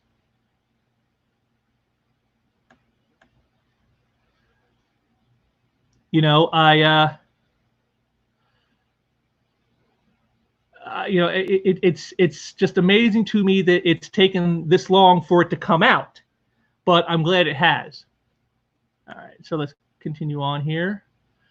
I personally know that they've colluded for years to take down men, specifically those with conservative politics and philosophies. This is an ongoing coordinated effort. How do I know this? Because I obtained access to their private Facebook group. This is part one of the Hypocalypse leaks. Nice, I like the Hypocalypse. I like that. That's a good. Let's see. Number one, the so-called Comic Book Whisper Network, which has been dismissed as a conspiracy since 2016, is real. I have hundreds of screenshots to prove it. 2, the Whisper Network has been targeting men and trying to destroy their careers and use their connections in comic book media to do so. 3, Whisper Network members have acted unprofessionally and unethically at best. At worst, they have engaged in what I believe could be illegal behavior. So now we're really going to get into it. I first heard about the Whisper Network back in mid-2016 from folks I knew at Image, DC, Marvel, and later Valiant. Depending on who I chatted with, sometimes the group was called the Women's Network, other times the Whisper Network, occasionally the Whisper Campaign, and eventually there were more conspiratorial names used mockingly. A friend called them a gendered swap 4chan, which became FemChan to some insiders. Regardless of the name, it was all the same group. The same 5 or 6 names kept popping up in conversation over and over again. As time ticked on, I noticed a trend on social media. Half a decade of rumors, false allegations, cancellation attempts, and they almost always trace back to these same 5 or 6 people. The goal of this Whisper Network, according to the industry folks, was simple. Choose a target, smear them until they lose their reputation, their income, and are ultimately blacklisted, opening up job opportunities for the same people who started the smear campaign in the first place. You know, and then here's a tweet you can see here that's focusing on that, but we're going to get to some other stuff later on here. Behind the scenes, these cancellations are painted as morally or politically motivated, but in the end, it's all financial. As time passed, the group in question seemed more and more likely in reality. Seemed more and more like a reality. I saw their influence. I saw things I knew to be verifiably untrue go viral online, appearing in what I thought were legit news sources. I felt angry and helpless seeing innocent people getting attacked, but did not know what to do. See, so right there, this is an interesting here where it says in legit news sources. So even I think you're gonna find out in this, you're gonna see that even much of the comic, quote unquote, journalists are involved in this. They are willing participants in this. This, all the hit pieces you've seen on people like Ethan Van Sciver, Richard C. Meyer, and so many others by people like Rich Johnson at Bleeding Cool and CBR and Newsarama. All these places that are quote unquote the sources for news, they're actually just an arm of this Whisper network. After a few years passed, and by 2018, almost everyone I interacted with in the industry seemed to know about the network, from top level editors right down to the letterers. It was an open secret, but no one was willing to speak up for fear of being targeted themselves. They knew the consequences. And then again, here's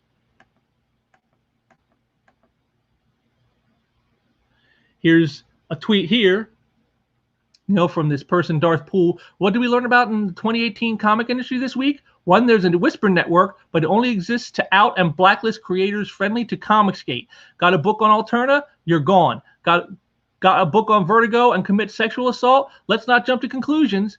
2, the severity of a crime is judged by who is reporting it. Tess Fowler gets hit on by Brian Wood. Massive industry scandal reported on by all comics media. Esquivel's victim comes forward about his abuse. Industry silence. CG reports on it and is accused of sensationalism. And that's actually true. This is how these things happen. I told you, Brian Woods was destroyed by Tess Fowler for just hitting on her in an elevator.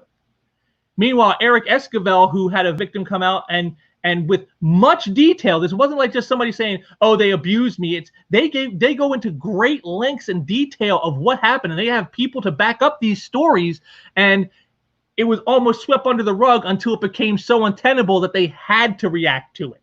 And that's when he got fired. And then like people like Tamara Bonvillain and all these people came out and saying, "Oh, he was a scumbag," and blah blah blah. But they all knew ahead of time, but they didn't care at the time because Eric Esquivel was also an SJW. He fought against the people they didn't like, people like Ethan Van Sciver and John Malin and your boy Zach. So that's where all this comes from.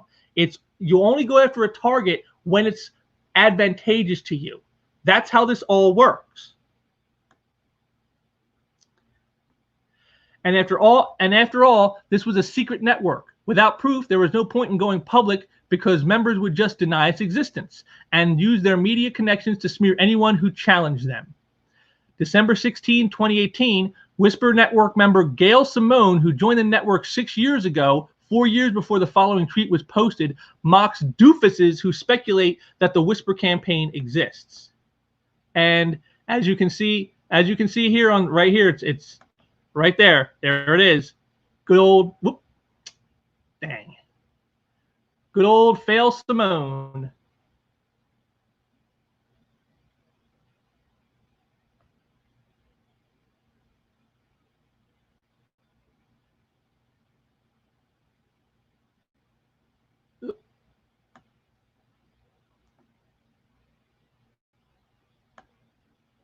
Sorry about that, folks. Once again, just boomerang it up.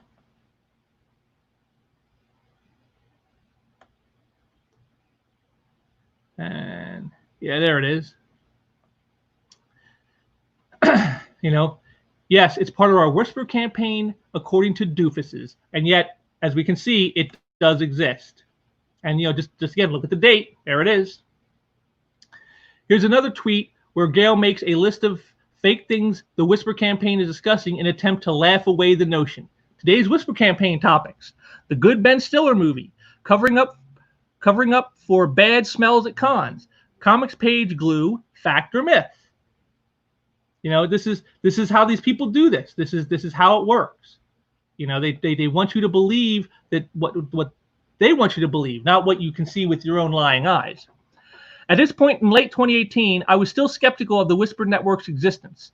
I'd heard many stories of individuals spreading rumors and lies, and plenty of malicious behavior was going on behind closed doors, though I wasn't ready to believe it was a coordinated effort or collusion was involved. Then, certain people began openly mentioning the Whisper Network, and my attitude changed.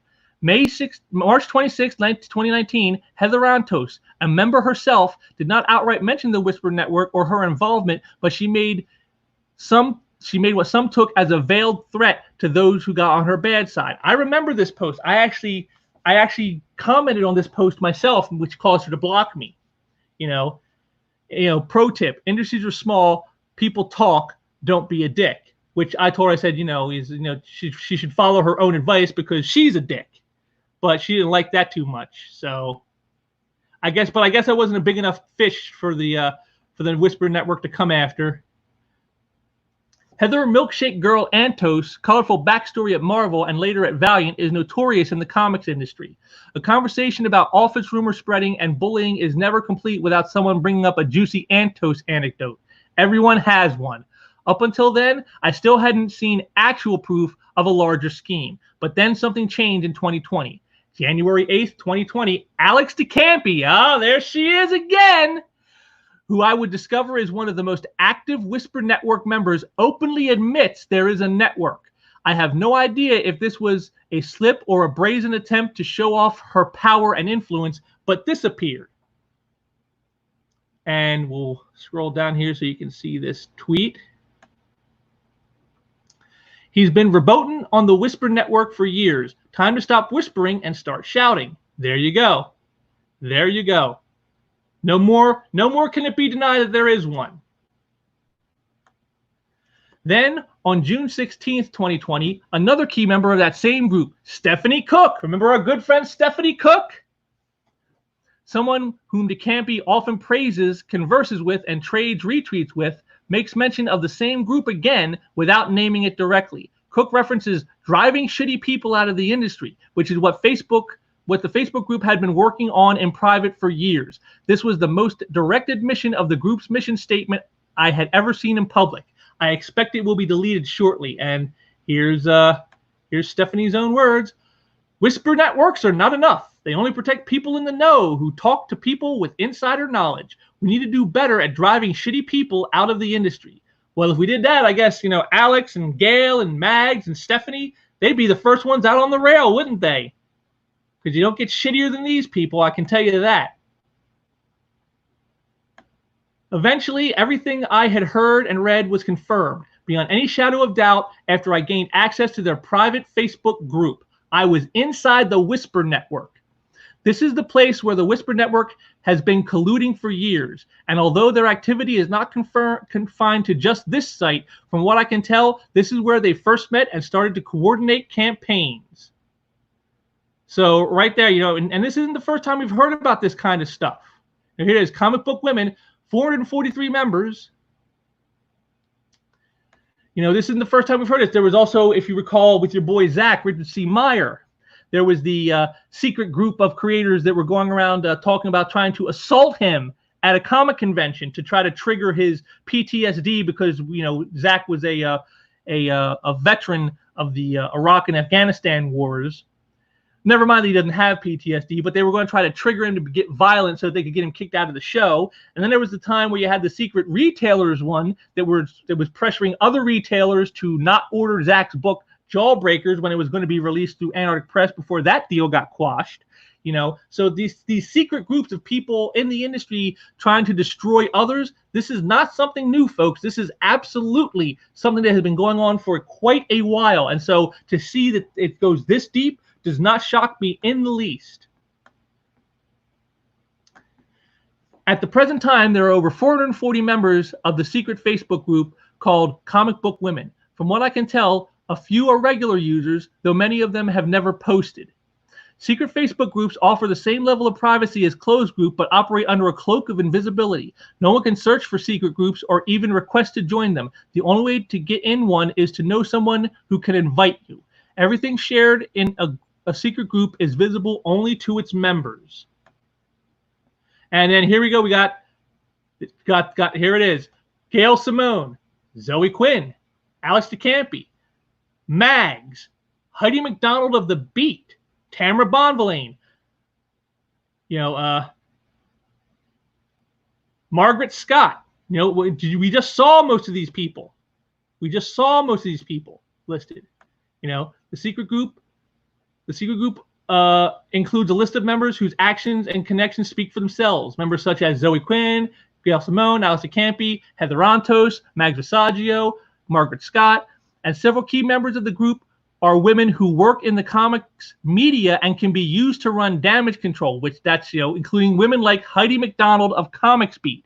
They have contacts outside of the secret network as well, with some male allies in both comics and the media.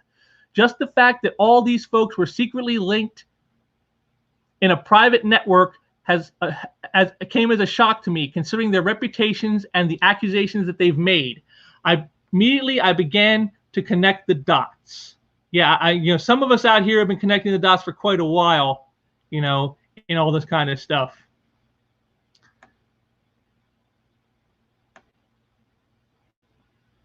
They've denied for years that they coordinated their actions in private, and yet they've always coincidentally appeared on Twitter, retweeting and amplifying each other's accusations, signal boosting one another, and helping them gain traction. And their allies in the media, Bleeding Cool and CBR specifically, will turn those same tweets into stories almost instantly with no fact-checking or verification, sometimes within hours. Yes, that has actually happened many times.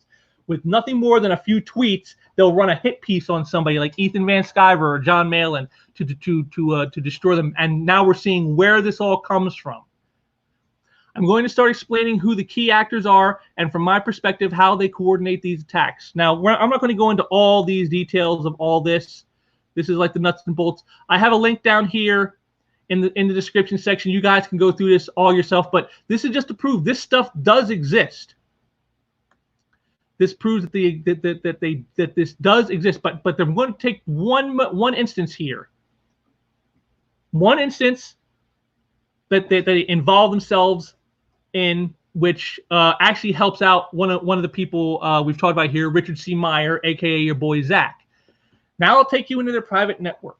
2 years ago, on May 13th, 2018, DeCampi launched a private campaign to target an independent creator she claims was using her connections to have Simon & Schuster cancel their book.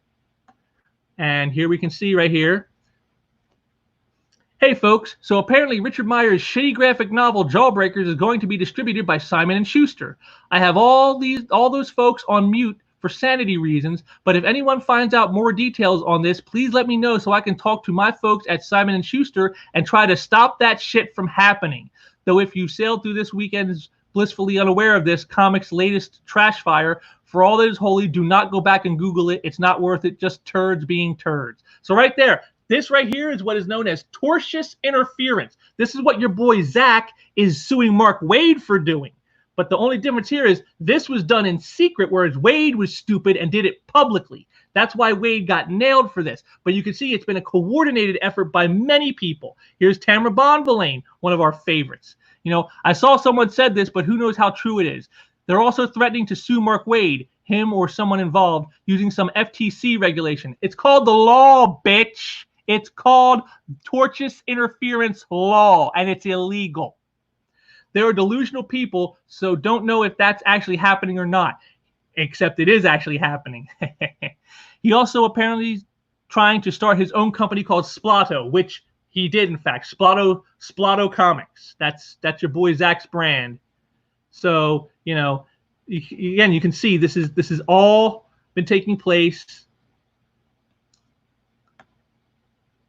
This has all been taking place for quite some time. Here, and here's more of that where it's more in detail.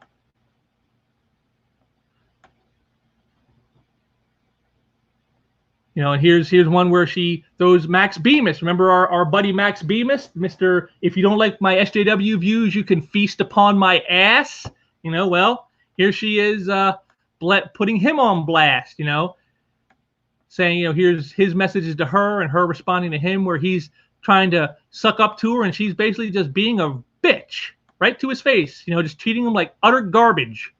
Even when you're a quote unquote ally with these types, you're no friend. They don't understand friendship. They don't believe in friendship. You know, she went after Cullen Bunn, another one. Now, what was Cullen Bunn's problem here is, well, he didn't speak out hard enough against somebody. See, that's another thing they'll do. They'll go after you if you don't speak out loudly enough. See, it's not enough to be on their side. It's not enough to say that they're correct and the people they're after are wrong. That's not enough. You got to be loud too. And if you're not loud enough, they'll come after you. You see, you can just see, you know. Well, at least now I don't have to feel like I should read all those collected 6-gun editions, you know. It's hilarious. You know, again, guilt by association. And again, in this case, not even association. And now here's DeCampi trying to take down Dynamite Comics.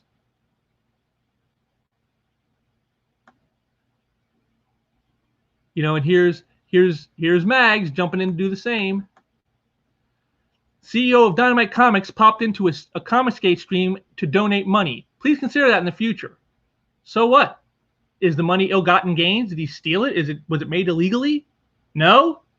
Once again, guilt by association. He gave somebody a super chat in a Comicsgate stream, and so therefore he must be destroyed now. Him and the guy's name is Nick something. I can't remember his last name, but he runs Dynamite Comics. He must now be destroyed. Him and his company, and that's what these people do. They don't create anything. You know, it's funny that these people call themselves creators because they're not. They're only destroyers. That's what they do. That's all these people do. And then here's coming at Scott Snyder, who took the pledge. You know, Alex DeCampi, once again, this is cute, but one, we don't believe you. Right there, folks. There it is. See, no matter what you say, no matter what you do, never going to believe you. There it is. And two, it goes way beyond this to things like speaking up and using your privilege to push change when you see that nobody of marginalized backgrounds are being hired as creator by a particular office, or they're only given token books. So, and right there, she undermines her own argument. If they're given token books, well, then they're getting jobs, aren't they? They're getting jobs, but that's not good enough. You know, you have to, you know, use your privilege, or in this case, what she would call privilege, what she's calling privilege is really your connections. You need to use your connections to force them to hire people of color and women and gay people and all these other quote unquote marginalized backgrounds that she mentions. You know, again, don't base it on merit, don't base it on skill, base it on immutable characteristics that don't matter, because that's all these people have going for them. See, that's how you know these people are hacks and losers. If they had any skill, if they had any merit, they had any ability to be successful on their own, they would never go this route. But they go this route because they know it's the only way they could ever attain anything. And that's the truth behind all of this. They are losers who can't accept the fact that they're no good at what they do, and rather than just move on with their lives and maybe try to find something better that they are good at, they're going to destroy this because it didn't give them what they wanted. And they'll destroy anyone, even someone like Scott Snyder. Again, he's done nothing wrong. He's not been accused of anything. He's not even associating with people. He's called out the people that they hate, and it's still not enough. We don't believe you.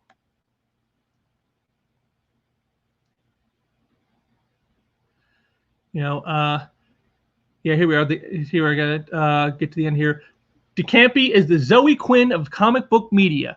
From what I've seen and heard, DeCampi has deep personal relationships with certain members of the comic book media, which I believe is why she feels emboldened to do and say anything she wants with no fear of consequences. And from my perspective, DeCampi mirrors her Whisper Network comrade Zoe Quinn in many ways, whose deep personal relationships with the gaming media are well documented too. The glowing praise about DeCampi from certain outlets paints a picture. Take the following excerpts, more like, for example, which are from Rich Johnson at Bleeding Cool. Now, here it is right here, you know. Jones is now working with legendary comic creator and innovator and former Bleeding Cool columnist Alex DeCampi. Yes, so she's so legendary that nobody's heard of her. DeCampi is one of the greatest living comic book writers, except, again, no one's ever heard of her. Have any of you?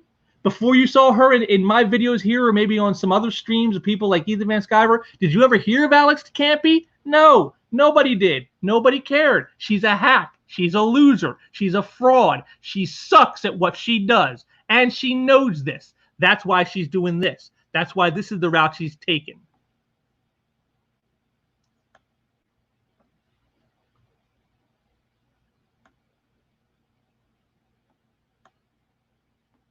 You know, things to watch for when this story goes public.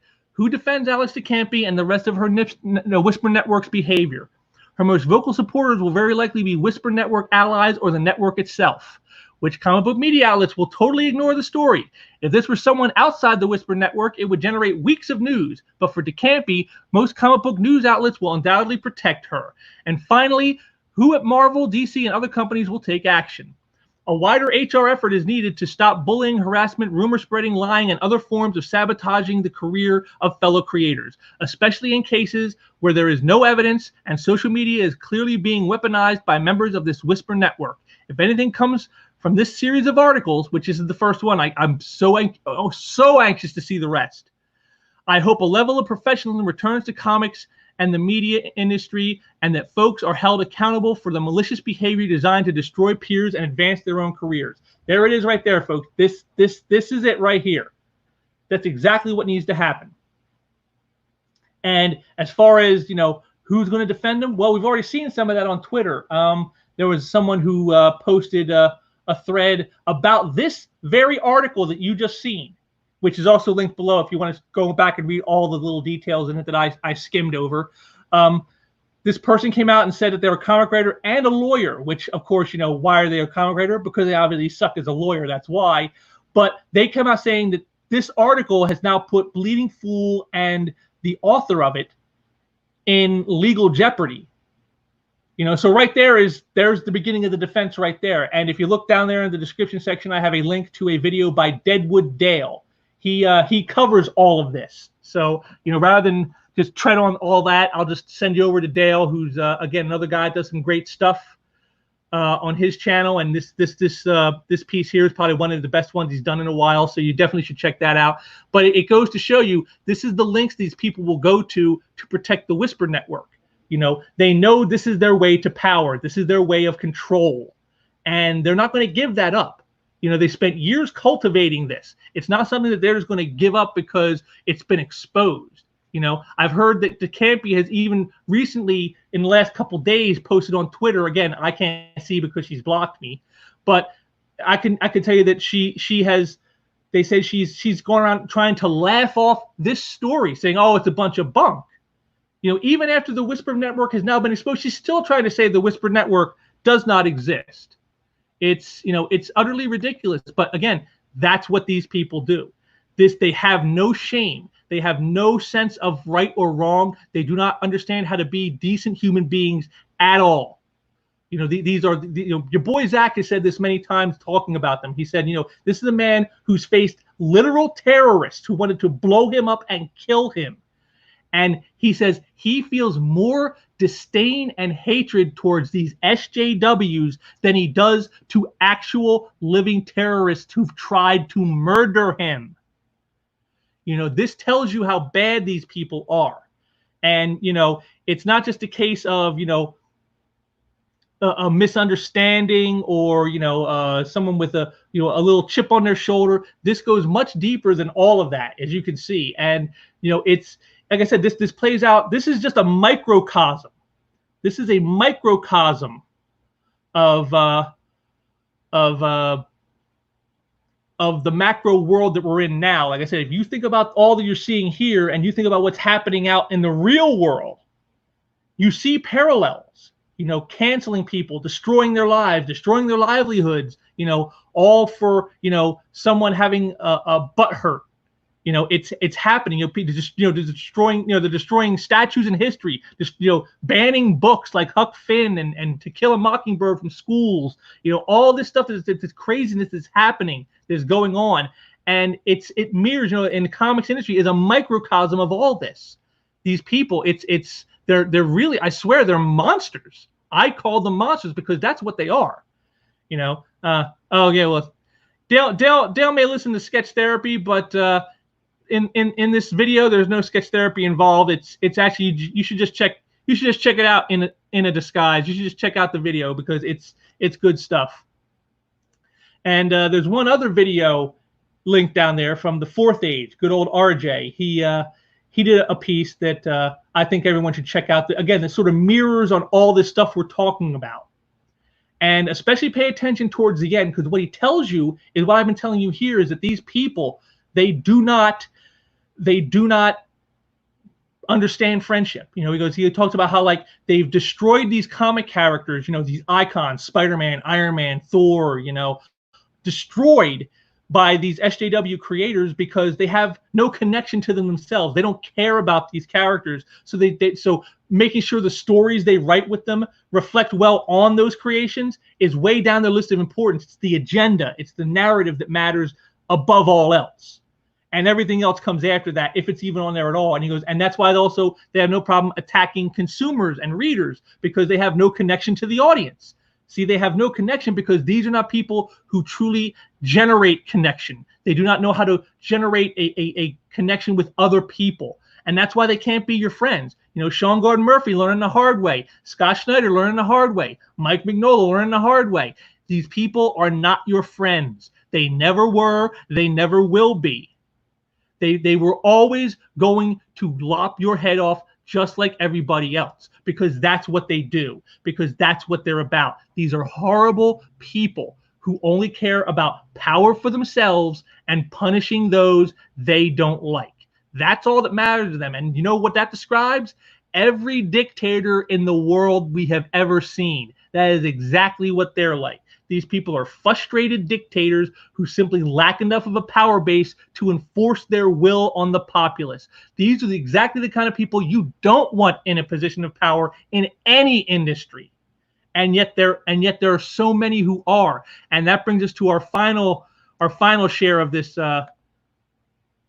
this installment here, which I'm going to bring up here right now.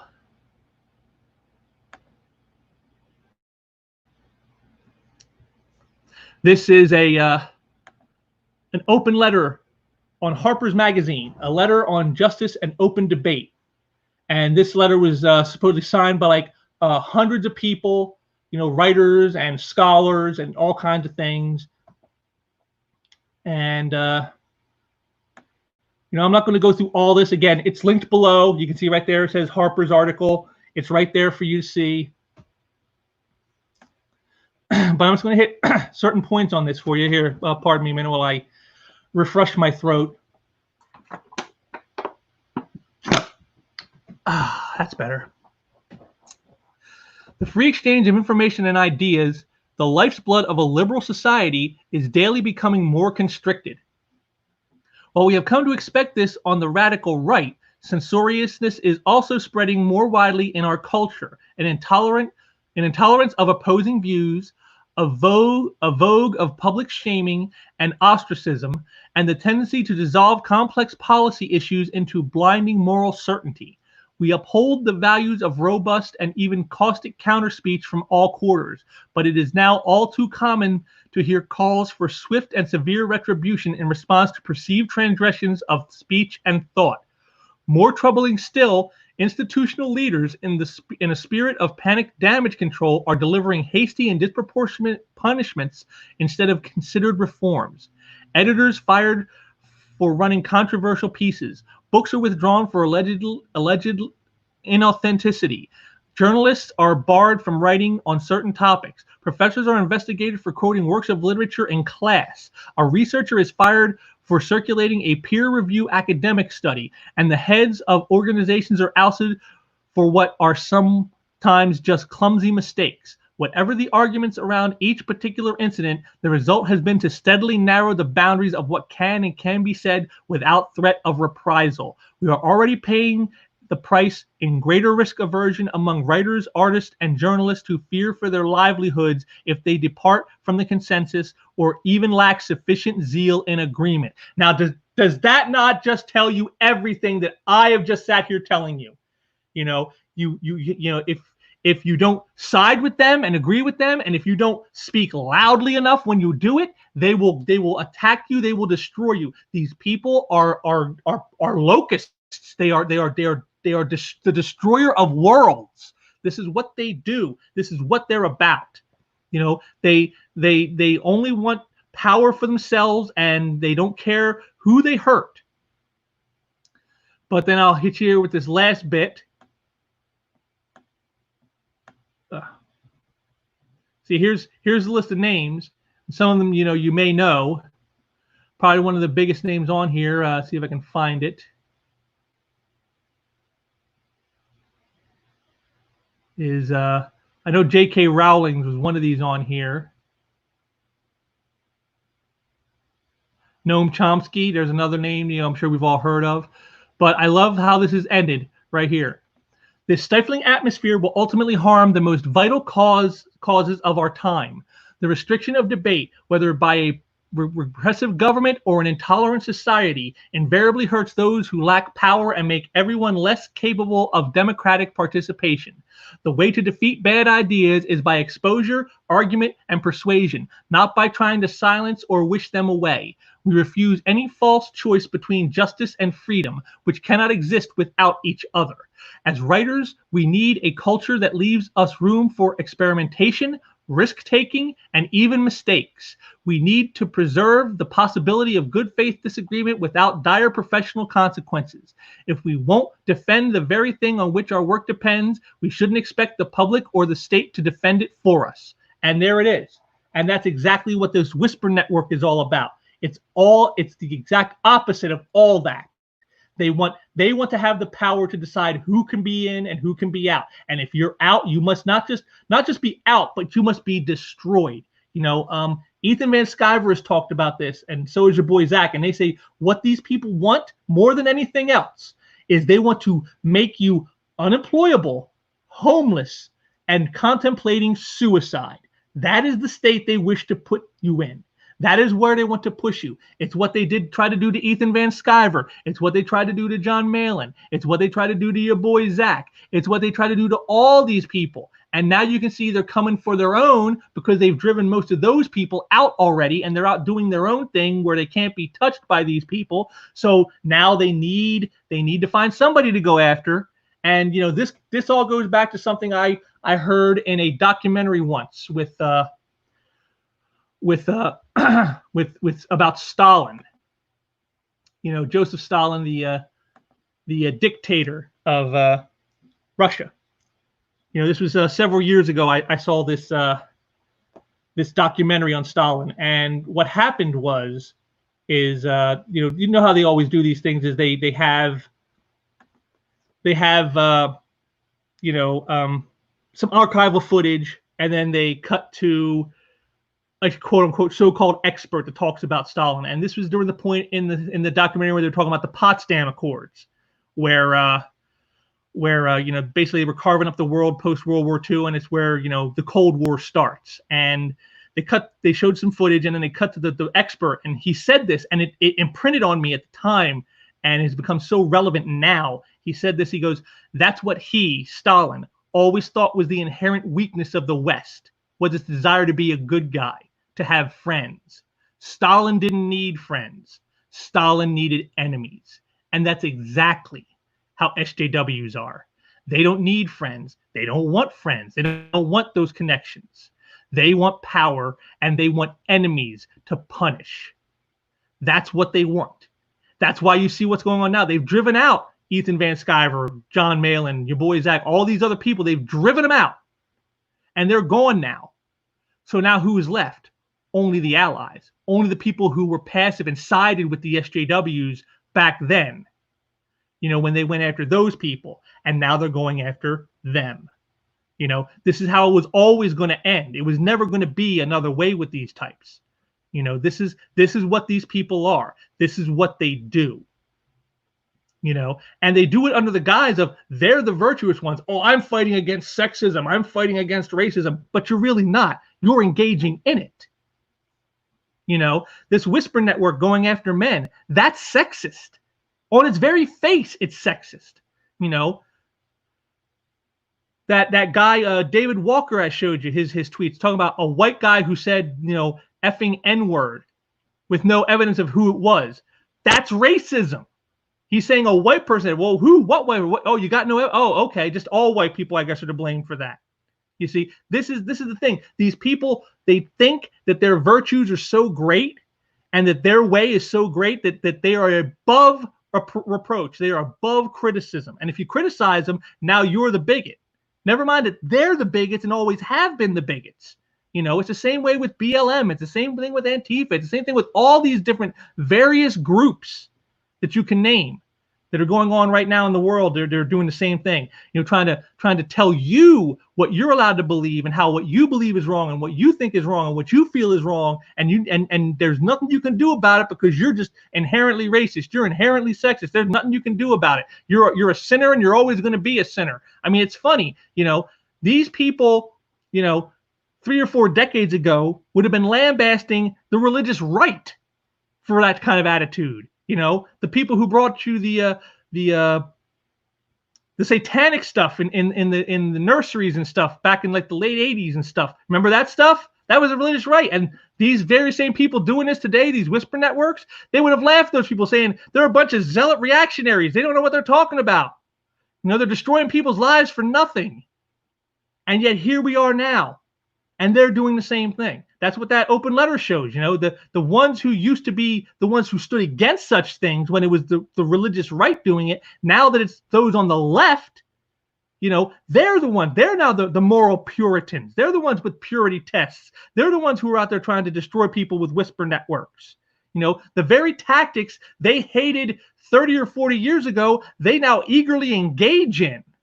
And yet they think they're justified. That's the scariest part about it of all, is that they feel justified in doing this.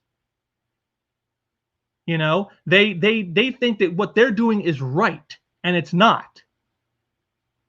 You know, like I told that person, Raven, you know, you don't fight sexism with another form of sexism. That doesn't work. You know, it's, you know, as trite as it may sound when your mother said it, 2 wrongs don't make a right. They don't. You know, if someone's being sexist, well, then you stand up to it and you get it addressed the correct way. You don't say, well, now we're going to engage in sexism on this way, so then we can give it back to you. No, that's not what you do. That's not how that works. That just makes you the sexist now. You know, but these people, they either don't understand that or they don't care, because in the end, all that matters to them is power. They want power for themselves. They want power to crush their enemies, to crush those they disagree with, whether they're wrong or not, whether it's true or not, none of that matters. You know, their truth, their personal truth is what matters, not the truth, their truth. And you have to respect that. But yet it never runs the other way, where they have to respect your truth. Your truth is just bigotry, but their truth is the truth, according to them. But then isn't that what all cult leaders and dictators say? That what they're telling you is the truth? Funny how we always end up back at that same spot, don't we? You know, hashtag believe all women. You know, hashtag, you know, believe all victims. Believe all survivors. Never mind that they may not actually be a survivor. You know, I mean, you know, what are you a survivor of? Well, were you sexually assaulted? No. Well, were you physically beaten? No. Well, were you like tortured? Right? No. Well, what happened? Well, I was love bombed. Oh, you're a survivor of love bombing. Oh my God. Oh. You know, all this stuff, you know, there was a word back when I was younger we used to use when somebody had something happen that they didn't like, but it wasn't actually a crime. It was called a pet peeve. You know, those are your pet peeves. Oh, this guy hitting on me in an elevator. That's a pet peeve. You know, if he didn't touch you, if he didn't accost you, there's no crime there. He just annoyed you. And guess what? That's life. Believe me, if annoyance were a crime, I'd have committed homicide multiple times over with how annoyed I get at people. But that's just how life is. You know, it's pet peeves. And you have to understand, your pet peeves are not an international injustice that we all must now take seriously and sit down and address. You are just an asshole. You were just an asshole whose butt hurt that things didn't go your way. You're an asshole whose butt hurt that you didn't get what you wanted. You're an asshole whose butt hurt because somebody was a jerk. Well, being a jerk's not a crime, at least not yet. I'm sure these types like Alex DeCampi are working on that. You know, we see laws coming out all the time of stupid stuff, you know, trying to make things a crime that shouldn't be a crime. But, you know, that's where all this always leads. You know, it's dictatorship, it's oppression. You know, they're talking about they're fighting oppression, but all they're doing is creating oppression. And they're so blinded by their hatred and their power grabs that they don't even see it and even care, I think. And that makes them dangerous. But that's why we need to keep exposing them the way this article from Bleeding Fool did. We got to keep that going. We got to keep showing the proof. We got to keep, you know, putting up them receipts, keep calling it out and saying, look, these people are wrong. They are always wrong. They are destructive. They are harmful. These people should not be listened to. These people should not be believed just because they make an accusation. You know, if you were truly assaulted by somebody, go to the proper authorities. That's what you do. Scott Ali, if he was assaulting you, if he was accosting you, if he tried to rape you, take him to the law. Go to the police. Make a report. Get him off the streets because he's a danger not just to you, but to other people. That's what you do. That's how you handle that. That's how you handle that. You don't say, well, let me write a 20-screed, you know, Twitter post, you know, calling them out, but then doing nothing else. That's no. You know, we will not let this world denigrate into the world of public opinion, the court of public opinion being what decides whether someone is guilty or innocent. We have a system in place for that. We have due process, and that's why it matters. Because then you end up with like things like love bombing is suddenly the same thing as sexual assault, and it's not. It's not even close. It's not only not in the same ballpark, it's not in the same country on the same planet. But yet people like Mags Visaggio would want you to think so. People like Alex DeCampi would want you to think so. You know, and it doesn't matter if in the end whether the person is proven innocent or not in the end anyway, because the damage will have been done. All these people who've been called out, the damage is done now. Even if it came out tomorrow that all of it was lies and you know Scott Ali was innocent and Cameron Stewart was innocent and Mike Mignola is innocent, all these people, even if it all comes out they're all Warren Ellis is innocent, even if they're all innocent, the damage is done. You know, you can't turn back that clock. And that's why we need to stand up to this stuff now before we let these people get true power. Because then it's over for all of us, because I guarantee they will come for everyone who does not fall in with the groupthink. So, you know, that's just how that goes, I guess. But, you know, I just wanted to get this out there and get my thoughts out there to you. And, you know, if you guys got some ideas on how we can try to address this kind of stuff further, hey, hit that down there in those comments there. I'm always interested to hear what other people got to say, you know, and, you know, people have ideas that, you know, that maybe can help make the situation better. You know, we already got some guys like Ethan Van Sciver and them who've created, you know, their own separate industry, you know, that focuses on comics as entertainment, not as drama, not as accusations of wrongdoing, not as, you know, indoctrination pamphlets, but, you know, but actual entertainment. And I think that's what we need to get back to. We need to get back to stuff, you know, being escapism. That's what all this really boils down to. We need our escapism back. We need our sports back. We need our comics back. We need our movies and our music back, because that's what these things were for. They were for us to get away from politics, to get away from nonsense like this. And these people have infected it and made it so you can't escape, and we need to bring that back. And so, you know, any ideas people have on how to do that, I'm always wanting to hear that. Who knows? I might even do a little video like this on it if your idea was actually really good. So, you know, but I guess that'll about do it for this John. I've kind of gone on long enough, I think. I want to thank for those of you who joined me here today. You know, I think this is probably the biggest audience I've had. I think I saw 1.5 people in the chat. That's may not seem like a lot to folks, but for me that's pretty big. That's a pretty big pull. So I'm glad to have that. Thanks for joining me. For all you who are watching this now later, you know, on your own time. Thanks for checking it out. Make sure, like I said, make sure to check those links I have below. You know, check out the Twitter page, the comic art page, and all those fine videos and articles that are listed there. Like I said, all good stuff. And until next time, take care.